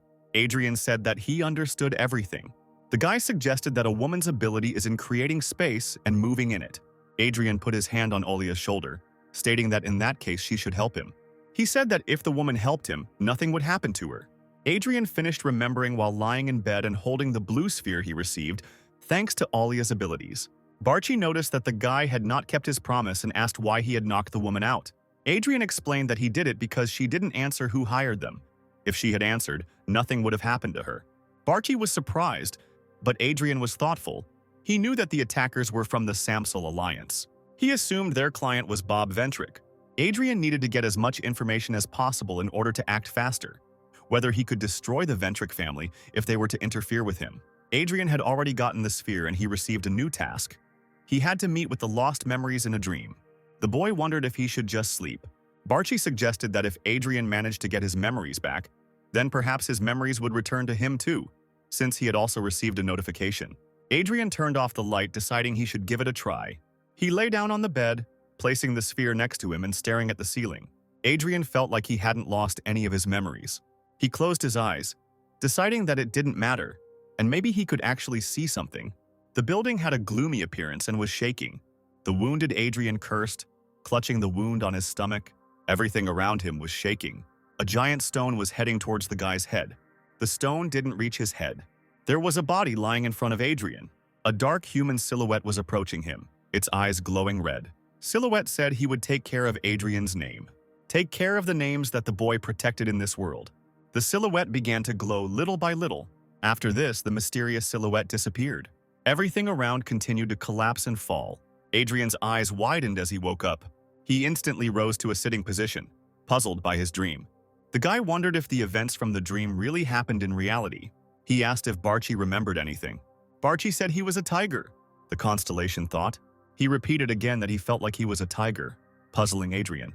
The guy introduced a cute tiger cub. Barchi said he wasn't that cute. Adrian asked Barchi if he remembered what it looked like, and he replied that he didn't remember any details. The guy figured that in that case, the constellation had not seen that silhouette from the dream, and he would have to figure out for himself who it was. Adrian asked if Barchi remembered his name. He answered negatively. The guy assumed that the memories seen by the constellation were useless. The notification window appeared in front of him again. It was written about the office of the Great Palace of Ahala Alafridi, John's secret room, and there was an instruction to face the truth. Adrian thought about everything he saw. After today's training, he should ask Lilia about this Great Palace of Ahala. The students were working out in the gym. John was lifting weights. He heard someone exclaim. Olivia asked why John was here. He said that he should ask why the girl was here. Olivia assumed that her reason was similar to John's. Although she was proud of herself, she still envied Adrian's powers. John said that's not why he's here. He's been lifting weights for a long time. His being in the gym has nothing to do with Adrian. The guy decided to guess what the reason for Olivia's envy was. He decided that it was because the girl lost the fight with Roxy. Olivia agreed with his statement. She remembered her battle with Roxy. Olivia swung her sword. Roxy stopped her strike with her weapon. Olivia's sword glowed purple. Roxy stopped her blow again. She swung her sword. A bright flash appeared. The walls on either side of Roxy cracked. Olivia noticed that her rival was able to cut through her magic with a sword. She swung her sword again. Several purple magical lines crawled towards Roxy. The girl clicked the sword in its sheath. Everything around her was illuminated with blue light. Purple and blue magic clashed in this battle. Roxy stopped 3 of Olivia's magical attacks with one slash. After this, the girl rushed towards her opponent, holding the blade out with the hilt forward. Olivia screamed from the blow she received. She fell to the ground, defeated, Roxy still standing in a fighting stance, her sword held out. After finishing her recollection, Olivia noticed that Roxy had become much stronger since their meeting at the induction ceremony. John assumed that all this was due to Adrian's help. Olivia has been training her magic and swordsmanship constantly. But Roxy is into strength training, even though no one in her family taught her. Maybe that's why she was able to develop so quickly. John suggested that Olivia should approach Adrian. The girl mentally agreed with him. She couldn't wait any longer. She needed to achieve real results and improve her abilities. So despite the embarrassment, she had to get answers from Adrian. The object of her thoughts was just sitting there, wiping his sweat with a handkerchief, when Olivia decided to approach him. The guy asked her what she wanted, calling her a bird again. The girl asked if he trained Roxy. She wanted to ask if he could teach her, but their conversation was interrupted by Adam, who approached and addressed the guy. Adrian said that he had not finished training yet. He asked the guy to come to him when he finished training, because there was a person who wanted to see him. The man said that this was the only chance he would get to see Adrian in a long time. The guy said he understood the instructor's instructions. Olivia was upset that she was interrupted again and she couldn't say anything. She was so ashamed that she was ready to die. The girl heard Adrian address her again, calling her a bird. He said that if she wanted to train with them, she should ask Roxy about the schedule and follow it. If the girl does well, perhaps he will teach her too. Roxy said that in that case she was ready to explain everything to Olivia. Also calling her a bird, she got angry and asked her not to call her that. Adrian followed Adam down the hallway. He asked the instructor who wanted to see him and clarified whether the mysterious person really wanted to see the guy right now. Adam said that the student could guess the identity of this man. He was waiting for him in the small hall. They just arrived. Adam opened the door. He gave Adrian a view of a nervous-looking Bob Ventrick with his maid Alice standing behind him, looking submissive. Adrian turned to Bob. Bob tried to say something, stuttering. Ventrick knelt down, begging to be saved. He begged with a panicked look, sitting on his knees. Bob was very nervous. Adrian asked what Ventric was doing here. Adam answered with a question that the guy was acting like he didn't know anything. The man explained, even though he thought the boy had already figured out that Bob had hired the Samsal Alliance. This is believed to be Bob's second assassination attempt, with Adrian being his target both times. The media was pressuring Adam to give up all the information. Now the headlines were full of stories about the Samsala Alliance and this guy who had attacked Valhalla. Adrian realized it was because he had leaked information to the press. He wondered if the family wasn't protecting Bob and asked why Adrian should forgive him if the family started cleaning up his trail. The Ventric family just released an official statement. Bob was exiled from the Ventric family. Not only Bob, but his father was also banished. Unlike last time, the Ventric family is not doing anything about the big headlines. Adrian realized that in this case Bob had no protection and asked what kind of salvation the boy wanted. Bob asked him to give him something. He begged to be given a chance. Bob said that Adrian's words would be the main evidence. He begged the boy to tell them that Bob was innocent. Adrian looked bored and said he didn't want to do it. Bob asked if it was because he still hadn't apologized. He apologized, saying that he would never cause trouble for Adrian again. Adrian didn't want an apology.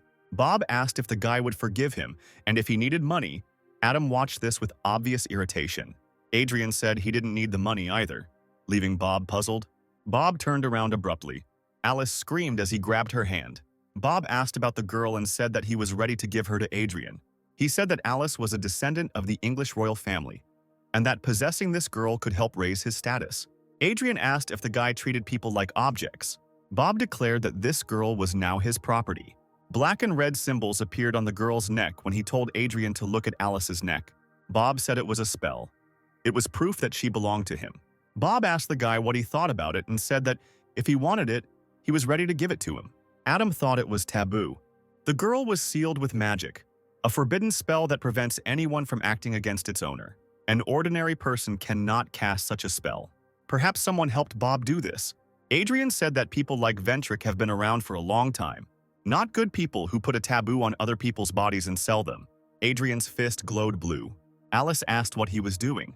He began to pull the symbols from her neck. The girl was puzzled. The symbols on her neck began to disappear. Adrian broke the seal. He turned to the instructor. The guy asked if he could hit Bob.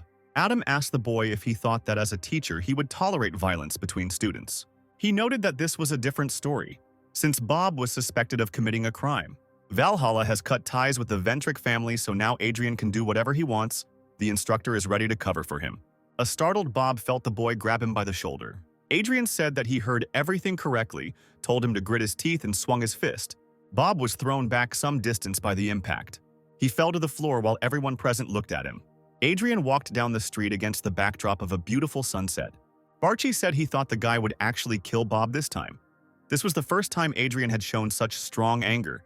He thought that if this had happened 300 years ago, Adrian would have actually cut off Bob's head. There was a guy among his students who was bought and sold using similar taboos. Adrian just got angry because it was a similar situation. He went through this too. Barchi asked again if this meant that Adrian had been a slave in the past. An out-of-breath Alice ran up to the guy. She said she didn't have time to thank Adrian. The girl bowed to the guy, thanking him. Adrian said there was no need to thank him. He told her to forget about him and live as she pleased. The girl's lips trembled and her eyes began to water. She started crying as Adrian left. The next day, the cafe in Valhalla was open. The blonde girl with glasses said the word China as she spooned food into her mouth. Adrian asked her again. She explained that the Yahello Palace is located in China. The girl repeated her phrase. She ate another spoonful of ice cream. The palace was a labyrinth belonging to the White Lotus Association.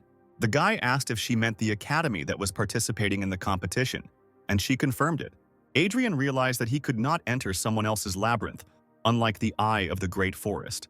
He did not understand why the labyrinths should belong to anyone, although it had previously been a mystery how dogs and cows could calmly pass through these labyrinths. If Adrian wanted, he could destroy the labyrinth, but it is quite difficult because the labyrinth belongs to the academy. He asked if there was any way to get inside. The girl replied that she had heard rumors that the entrance to the labyrinth was open to White Lotus disciples. She said that Adrian shouldn't rush, but she didn't finish, abruptly covering her mouth with her hand. The guy asked why she shut her mouth. The girl replied that she said too much. She asked how Adrian could just sit and listen without giving her any information. He asked what she meant. The girl said the phrase 3 and put forward the corresponding number of fingers. She asked me to tell her 3 facts, and then she would be ready to tell more. Adrian got up from the table, saying that it was time for him to leave. The girl asked him to stop. She said she would tell him everything. Adrian sat back down, telling her to tell. The girl exhaled. She whispered that it should be a secret, but the Great Palace of Yahello would be one of the stages of the world competition in the 2nd semester. Adrian asked if the teachers knew about this. The girl said that this information had not reached them yet. He asked how she knew this then, and the girl proudly replied that she had her own sources. The guy asked if the world competition would be similar to the competition between the academies, and the girl confirmed this. While the competition in Korea is a 3-way battle between China, Korea, and the United States, the world competition will feature academies from all over the world. Adrian thought that if this was just a bigger competition, it was annoying. He thought that he would only be able to participate in the 2nd semester, and that was too long. The guy asked if there was a way to get there earlier. The girl didn't know because she had no connection with the White Lotus. She said there was one way, but she didn't know if she would be able to take the chance. Before this, Adrian must help the girl. She asked him to go with her to the World Society for Monster Research. It's a 1-day event, so the guy shouldn't worry. They stood in front of the World Society building, North London, Tottenham. Adrian was angry. It couldn't be a 1-day event because they had to come to London. The girl with a smile suggested that he enjoy it, because they only had a day. She brought him here for the weekend but got permission from a relative to extend their trip until Monday. Adrian said she was abusing her power as a teacher. He asked what they were doing here. After some time, the guy stood with a dagger in his hands in the room in front of the boar. He was being watched by a group of adults behind glass. Adrian looked at the boar in front of him. He remembered the girl's words that he just had to help them when the boar rushed at him in rage. In exchange for information, Adrian had to kill several monsters. He pierced the boar's forehead with his sword. The monster disappeared after the impact. The boar was successfully killed. Adrian was asked to prepare for a meeting with the stone goblin. He was surprised that this was not the end. An hour later, the guy fell on the couch and complained about the number of monsters. The fights were a tiring task. Adrian reminded the girl's teacher that she mentioned killing 3 monsters and he had to defeat about 10. She said that she didn't understand what he was talking about. The guy asked what the atmosphere was like here. He noticed that as soon as they entered, the people stared angrily at the girl and asked if she had quarreled with them. The teacher took a sip from her mug. She replied that the guy was right. It was because they had been steadfast in their theories about monster hunting for decades, and suddenly, out of nowhere, data appeared that contradicted everything they had been saying. Adrian asked if this method of testing was old-fashioned. Since the people testing him wanted him to fight with a sword, the girl said that this was the most proven method and the tradition of the association. The guy asked why they didn't check it themselves then. The teacher said that they didn't want to do that because the members of the association were just old men who couldn't stand having their theories destroyed. Their theory about hunting monsters is a good means to increase power. Adrian called them disgusting people and asked why they always had to renew their documents. The girl explained that this is because documents without the recognition of high society are worthless. Their main focus is on the ideal hunting strategy. They are willing to do anything to get new data. Adrian said that now the girl must help him. The girl said that it was a good decision to come here and mentioned that she was mysterious here. She was the chairwoman of the White Lotus. The teacher heard that the chairwoman was in the association, and she thinks that she was watching Adrian during the test. Adrian was sure that the girl already knew the appearance of the chairwoman and suggested going and talking to her. They heard a knock at the door. An unknown person behind the door asked if student Adrian was there, as he wanted to talk to him. Adrian noticed that it was a female voice and invited the stranger to come in. The woman who entered said hello. Adrian stared at her, standing up from the couch. It was the chairwoman, a white-haired woman with a fan in her hands. She said she was pleased to meet Adrian and introduced herself as Vivian, the head of the White Lotus Association. Adrian also introduced himself and asked how he could help the woman. Vivian was looking for a guy to ask for a favor. She asked if he could take care of one person. Adrian and the teacher stared at her. The girl assumed that the conversation would be serious and was about to leave. She left the room, leaving Vivian and Adrian alone. The guy asked what the woman meant. Vivian said that she was the chairperson of the White Lotus Association, but she was originally a member of the Seal family, which was the first family founded in China after the chaotic era. Thanks to this, they were able to build the White Lotus Academy and hire strong contractors. She said that there was a genius in their family who could be called a natural disaster. At the age of 13, this genius, she easily defeated ordinary contractors. She even trampled her sisters and guild members. Even the head of the family was defeated. Eventually, she came to the conclusion that she had nothing more to learn from the outside world and locked herself in the Saul family's training hall in the White Lotus Palace. Adrian asked if this was the genius he should take care of. Vivian confirmed this. The guy said it wouldn't be difficult, but he had some questions. If the chairwoman wants him to beat up this person, wouldn't it be easier to hire other stronger people? The woman did not seem weak to Adrian because of her magical powers. Vivian complimented the boy's eyesight, saying that she used magic to hide her strength. There are two reasons for this. The first reason is that their target fights with physical force. She is also 17 years old, just like Adrian. Watching his fights, one can say that the guy is physically strong. If their genius loses to a peer, then his own pride will be hurt. That's why Vivian came to ask for a favor. Adrian agreed, and clarified that she was not asking him for free.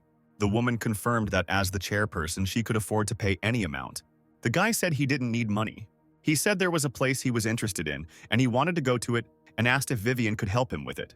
After some time, they were already in China, and were standing in front of the White Lotus building. Vivian announced that they had arrived. The guy was surprised that she brought him here immediately after his request. She reminded Adrian that he was free until Monday and suggested that they finish the matter quickly. He agreed with her. The chairperson mentioned payment. She asked the guy if he wanted to go to the Great Palace of Yahello, and he confirmed it. The woman explained that the place was a labyrinth run by the association members, so it wouldn't be difficult for Adrian to gain entry. But first she suggested that they enter the building. They entered the courtyard of the White Lotus building, attracting the attention of the students of the Chinese Academy. A guy and a woman entered the room. Adrian said there was something he was interested in. It seemed to him that Vivian didn't pay attention to the competition, but at the same time she wanted Adrian to take care of that man. She said that it might have seemed that way to him, but it was not true. There were many people who foolishly tried to fight that child just to realize the limits of their abilities. Both students and teachers did this. So now Vivian's main goal is to get rid of this arrogant genius child. After that, the Seal family, no, Vivian, will lead the White Lotus to the top. Adrian said he understood her. The woman reported that they had arrived at the location. When Adrian steps on the seal on the floor, he will be transported to the secret training room of the Seal family, where the person he needs is located. The guy touched the glowing seal with his feet. Adrian remembered that he forgot to ask the name of the girl he was supposed to meet. Vivian began to answer the question. This girl's name was Rita. Rita immediately asked who Adrian was and whether Seol's family had sent him. She said, sitting in the training room, that she was not going to go anywhere so the guy could leave here. Adrian noticed that the girl was rude, even though she was seeing him for the first time. He took a step. The guy ran forward. He raised his fist, asking if Rita was really that crazy. Adrian thrust his fist forward. The girl stopped him, grabbing his fist with her hand. The guy chuckled in confusion. Magic appeared in the girl's hand. She stabbed Adrian. Rita insulted the guy. She emphasized that he underestimated his opponent. The girl could not believe that he started with such a stupid blow. Adrian asked again if she really couldn't believe it. "What?" asked Rita, puzzled. The guy grabbed her wrist sharply. Taking her by surprise, he swung his fist again, smiling. Rita pulled her hand out of his grip. She covered herself with her hands from the blow. The girl screamed from the blow. Adrian continued to strike. Rita asked who he was. The guy replied that he was a 17-year-old student who underestimated his opponent. The girl should retreat and try to counterattack. Adrian noticed that she was trying to run away and asked sarcastically where she was going to run. He clenched his hand into a fist again. The guy delivered another blow to the girl's stomach. Adrian chuckled sarcastically. In a split second, Rita realized that she couldn't dodge his fist and stepped back to reduce the force of the blow.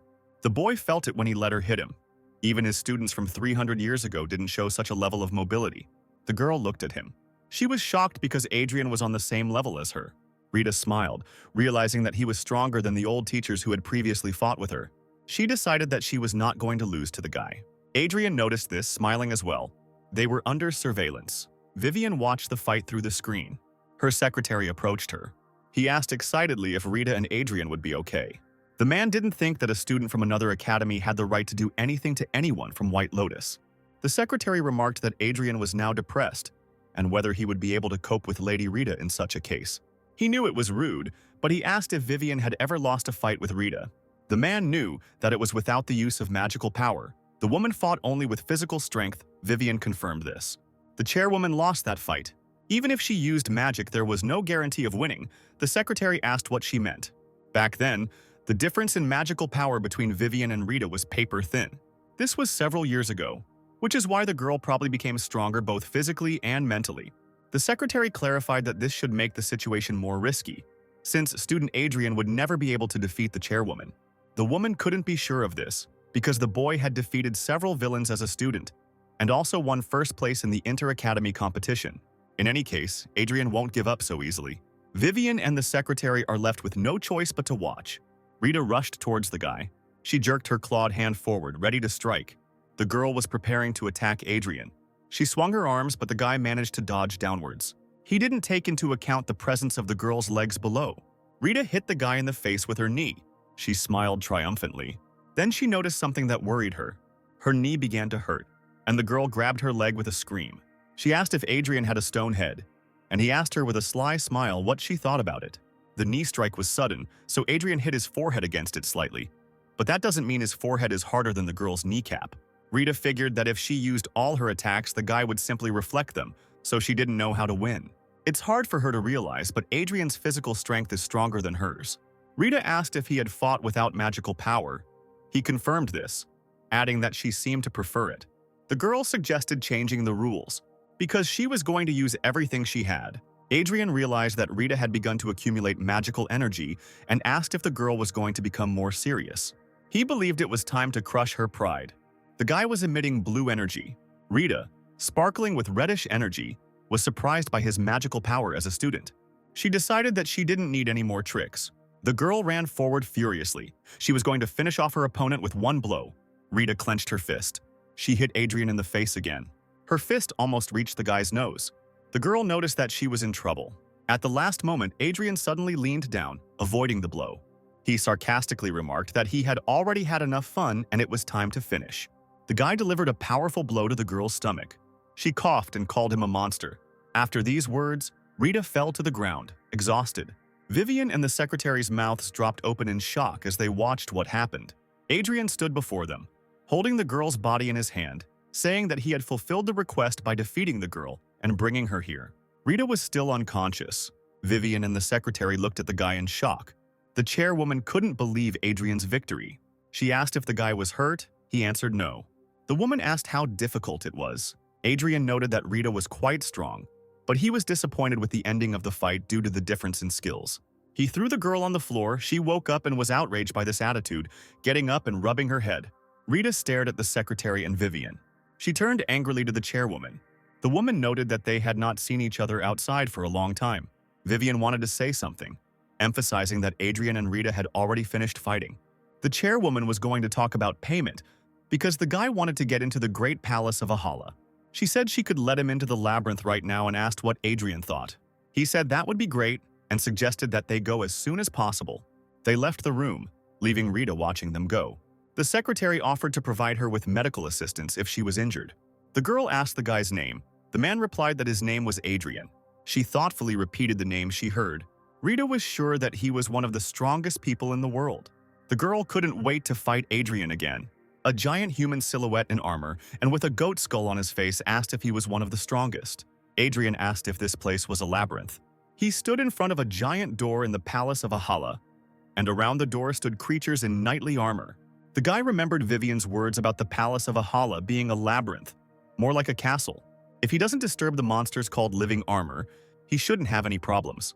Adrian could stay in the labyrinth for about 5 hours. If he wanted to stay longer, he would need to come again tomorrow.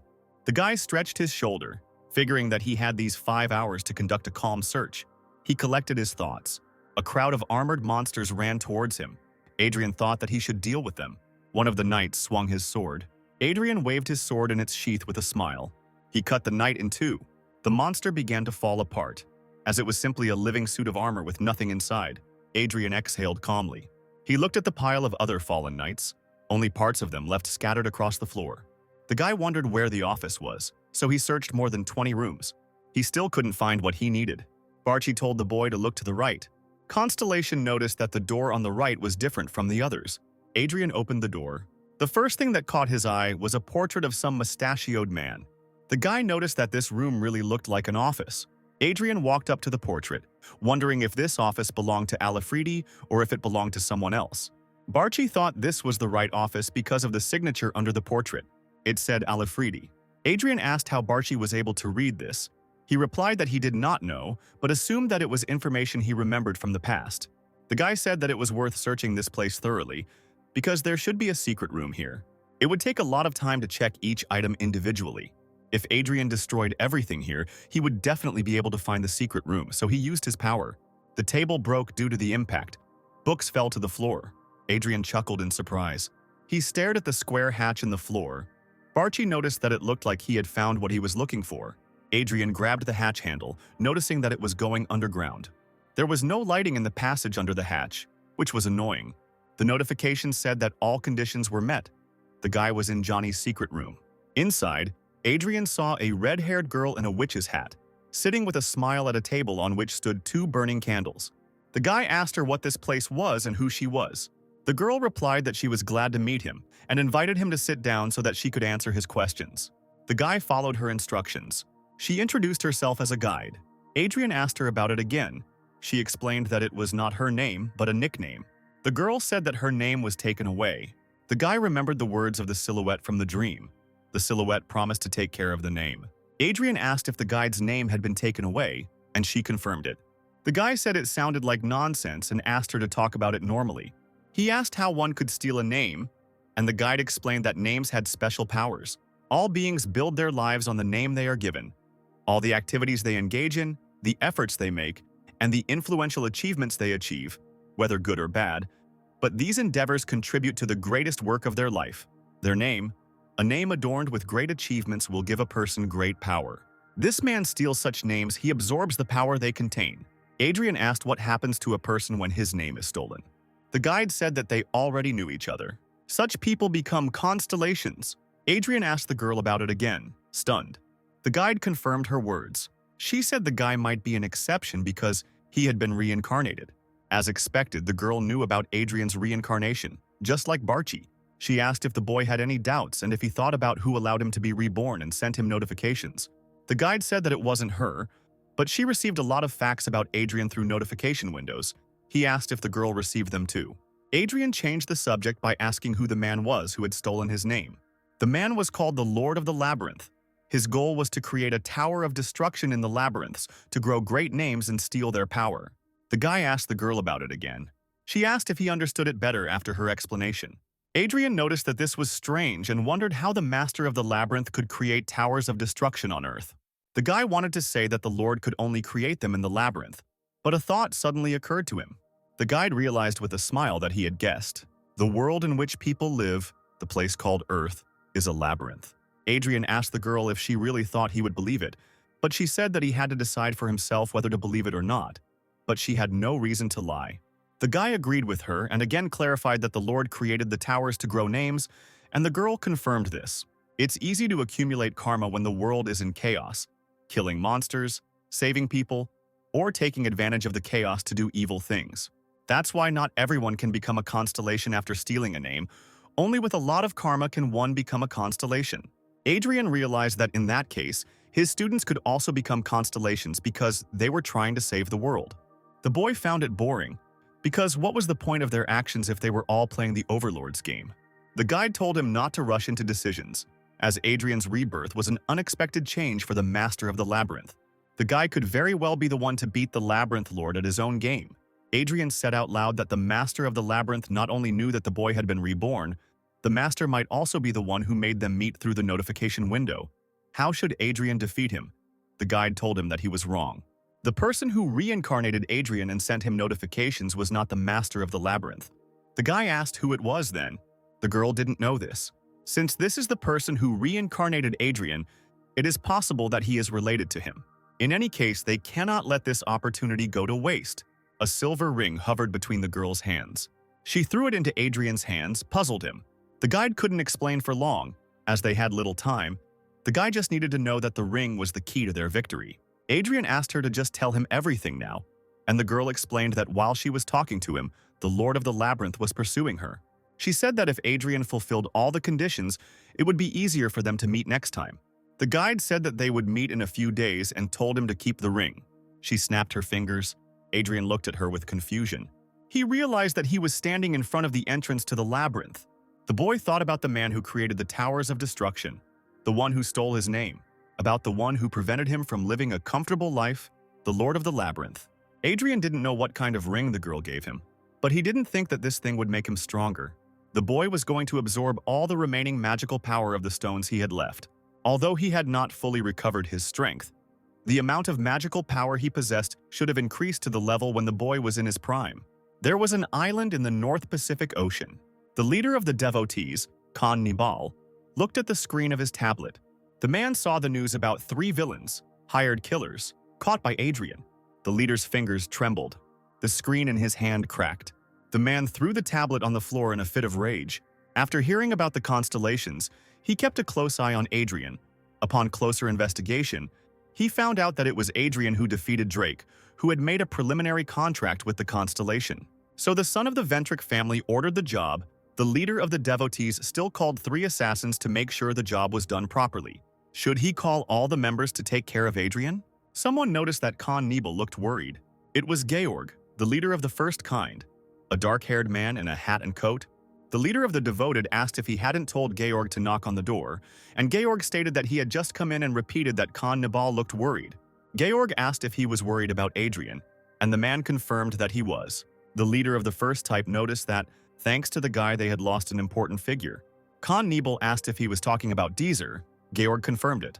Disser didn't tell them about it because it was a personal job, but he couldn't even beat an ordinary student.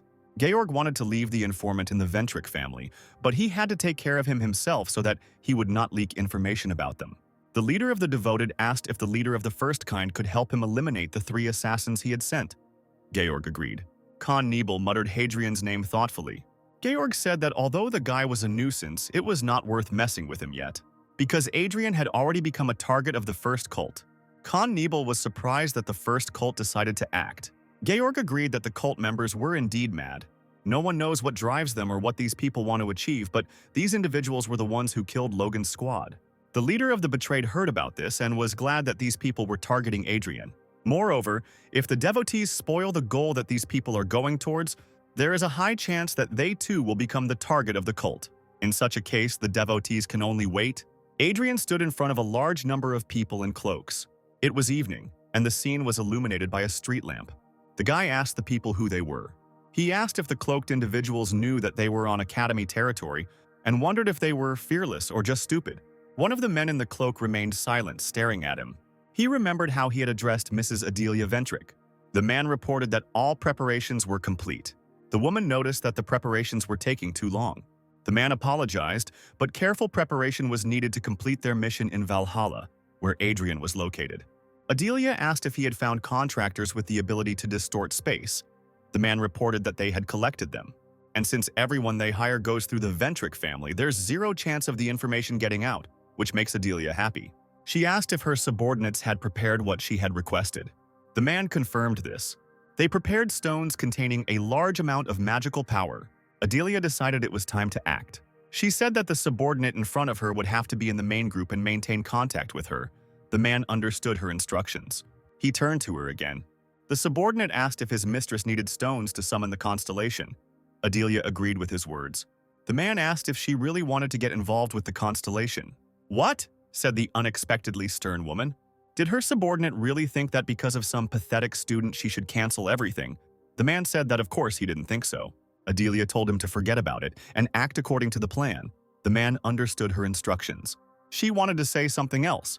The constellation, which had never said anything, had recently suddenly reacted, and it had worried the woman. So Adelia wants to call upon the constellation to ask him about it.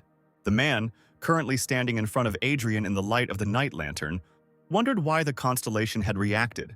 He loudly ordered the main group to prepare for the distortion of space. The men in cloaks knelt down and touched the ground with their hands, which glowed under their fingers. Everything around was glowing as Adrian watched what was happening. The guy looked around, assuming that thanks to the people he ended up in subspace. He considered this quite logical, since attacking a student within the walls of the academy would be stupid. Adrian asked whose idea it was. He suggested that the idea came from the Ventric family. Adelia's subordinate asked him how he knew this. The guy replied that it was easy. He is being hunted by 2 groups, one of which uses black magic and the other does not. Adrian knew it couldn't be anyone other than the Ventric family. The subordinate stated that since they had been exposed, there was no longer any point in disguising themselves, and ordered one of the men in cloaks to call a cleanup team. The people in cloaks took off their hoods and began to take out various weapons, axes, swords. Some of them were ready to fight with their fists. Adrian watched what was happening. He was amused that the leader of this group had called so many people to deal with an ordinary student. One of the men said that it didn't matter, because they were just following orders, and he pointed his sword blade forward. Adrian assumed that Adelia had decided to play dirty. The leader of the group ordered to kill the guy. People began to swing their swords and axes, preparing to attack. Adrian hit one of the attackers in the stomach with his shoulder. The guy grinned cheerfully. He got into a fighting stance, pushing away other opponents. People fell to the ground. Their leader swung his sword. Adrian was confused for a second, but he still managed to get his bearings and dodged. The guy pulled out his blade from its sheath and mockingly asked why the man was waving his saber. A man and a woman appeared behind the guy, preparing to attack him with a sword and a spear. Their weapons clanged as their blades hit the ground. They stared in confusion at the spot where the weapon had been slammed, and from which Adrian had managed to jump back. He kicked them hard, sending his opponents flying backwards. The guy noted with a grin that they didn't even let him rest. The group leader pointed the blade towards the student with a doubtful look. He aimed straight at Adrian's head. The guy noticed this and managed to tilt his head, causing the man to miss. Adelia's subordinate was puzzled. Were these really the skills of an ordinary student? Adrian noted out loud that this irritated him. He hit the man in the chest with his sword. There was a joyful and creepy smile on his face. Adrian pushed his opponent back some distance. The man's mouth dropped open in shock at the force of the blow. Since their client was a student, he was mistaken in thinking that their preparation was overdone. The group leader realized that this was a defeat. He fell to the ground as someone else appeared behind him. Adrian smiled when he saw this person, glad that she had finally shown herself. It was the stern Adelia Ventric. She looked at the fallen man's body with a searching gaze. The cleanup team that was called here was stronger than many contracts. They were destroyed without a chance, Adelia stated, holding out the dagger she had pulled from its sheath. That Adrian should be proud, because he was able to see their family's holy relic, which ordinary people had never seen. The guy asked if she wanted him to be proud because he saw her dagger. And this is coming from the one who brought a crowd of people to deal with him. Adelia insulted him and pointed a dagger at him. A giant purple stone was shining near the body of the stricken man. The stone glowed brightly with a golden light. The other stones that the cloaked individuals picked up also shone. Adelia was amazed, assuming that these were magical stones. Her body also glowed a little. Her dagger, a holy relic, also glowed. An idea occurred to the woman. Everything around was illuminated by a golden flash, and a question about some teacher appeared on the yellow screen. The stones in people's hands were shining. Many people were still armed. The dagger in Adelia's hands glowed. Adrian looked at this with incomprehension. There was an awkward and strange pause. Adelia realized that she couldn't move, which could be the power of the constellation. Although she was conscious, her entire group was completely neutralized. The woman turned her gaze forward. She didn't understand why Adrian could still move. A notification window appeared in front of him asking about the teacher. Adrian became interested in this. He looked forward, seeing a glowing golden silhouette appear. The silhouette has evolved into a persona, wearing a crow's beak mask, a hoodie, and short shorts. The personality has taken off its mask. "Teacher?" asked the person, who turned out to be a blonde, blue-eyed girl. Adrian stared at her. He looked down at the girl. She looked at him too. The girl remembered how she was chained. There was a metal collar with a chain around her neck, and there was an angry expression on her face. Adrian smirked at the sight of her face. In her eyes, he saw hatred for the whole world. The girl demanded that the guy stop pretending to understand her, because he couldn't know anything about her. Adrian agreed that there was a lot he didn't know. He confessed that he too was a slave. When the boy was young, he was kidnapped by a slave trader, after which he, like the girl, spent his life in slavery due to the shackles and taboos that were placed on him. Adrian asked if she wanted to be released.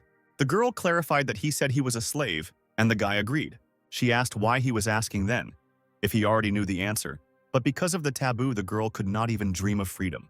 She asked the guy to stop provoking her and leave. The girl didn't know how he got there, but the slave trader had to leave soon.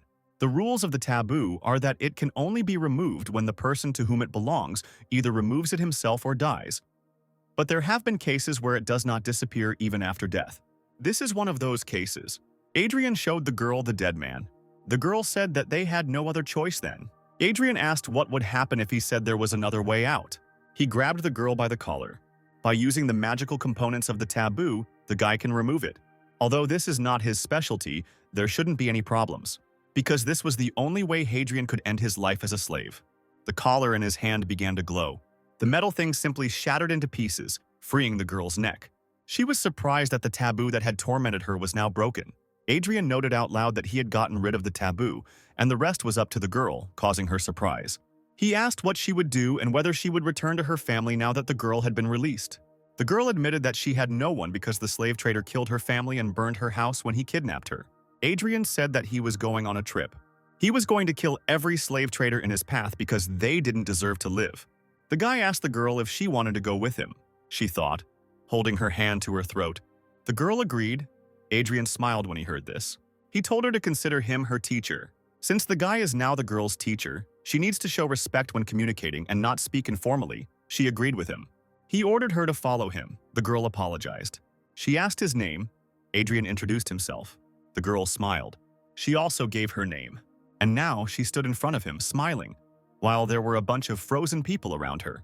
Adrian remembered her. As expected, the girl became a constellation. He could say that he knew her better than anyone else. But the boy couldn't remember the girl's name. Could this be what the Labyrinth Lord meant when he said he would take care of his name? Adrian thought that nothing could be done, but he still remembered this girl. He said it had been a long time and called her an idiot. Adelia, who still couldn't move, was shocked that the boy dared to insult the constellation. Constellation said that before they celebrate their meeting with their former teacher, Adrian. She did not finish speaking, snatching the dagger, a sacred relic, from the hands of the immobilized Adelia. Adriana's former student raised the relic up. Adelia gasped as she watched this. She suddenly felt something. The woman and her subordinates fell to the ground, no longer immobilized by magic. The girl asked Adrian what she should do with these people, suggesting to kill them. The guy with a sinister smile said he had another idea. The next day at Valhalla Academy. "What?" the teacher exclaimed in shock. On the computer screen in front of him was information about how the Ventric family had sponsored Adrian's education with a huge amount of money. The man grabbed his head. Instructor Adam approached him, assuming that the teacher had noticed this, and the teacher turned to the man who had approached. Adam took a sip, noting out loud that it was indeed odd that the donation had come in now. The teacher at the computer had assumed it was because of Bob Ventric. Bob Ventric sent 3 assassins last time. Adam said it would be stupid to cover it up with money. When Adrian was attacked by Drake, they sent sponsorship to keep the boy quiet, because they wanted to preserve the image of the Ventric family. But the family had already abandoned Bob. If they hadn't done this, there would have been an uproar to get Bob out. But the Ventric family did nothing. Adam wondered why this family was sponsoring Adrian then. Moreover, they still did not know whether the guy would accept the sponsorship. The teacher thought that he would not accept it. The instructor decided that they would find out the answer when they asked Adrian in person. The teacher agreed with him. The teacher decided to question the guy in the meeting room. He said that he would accept the sponsorship and smiled. The teacher was shocked by this statement.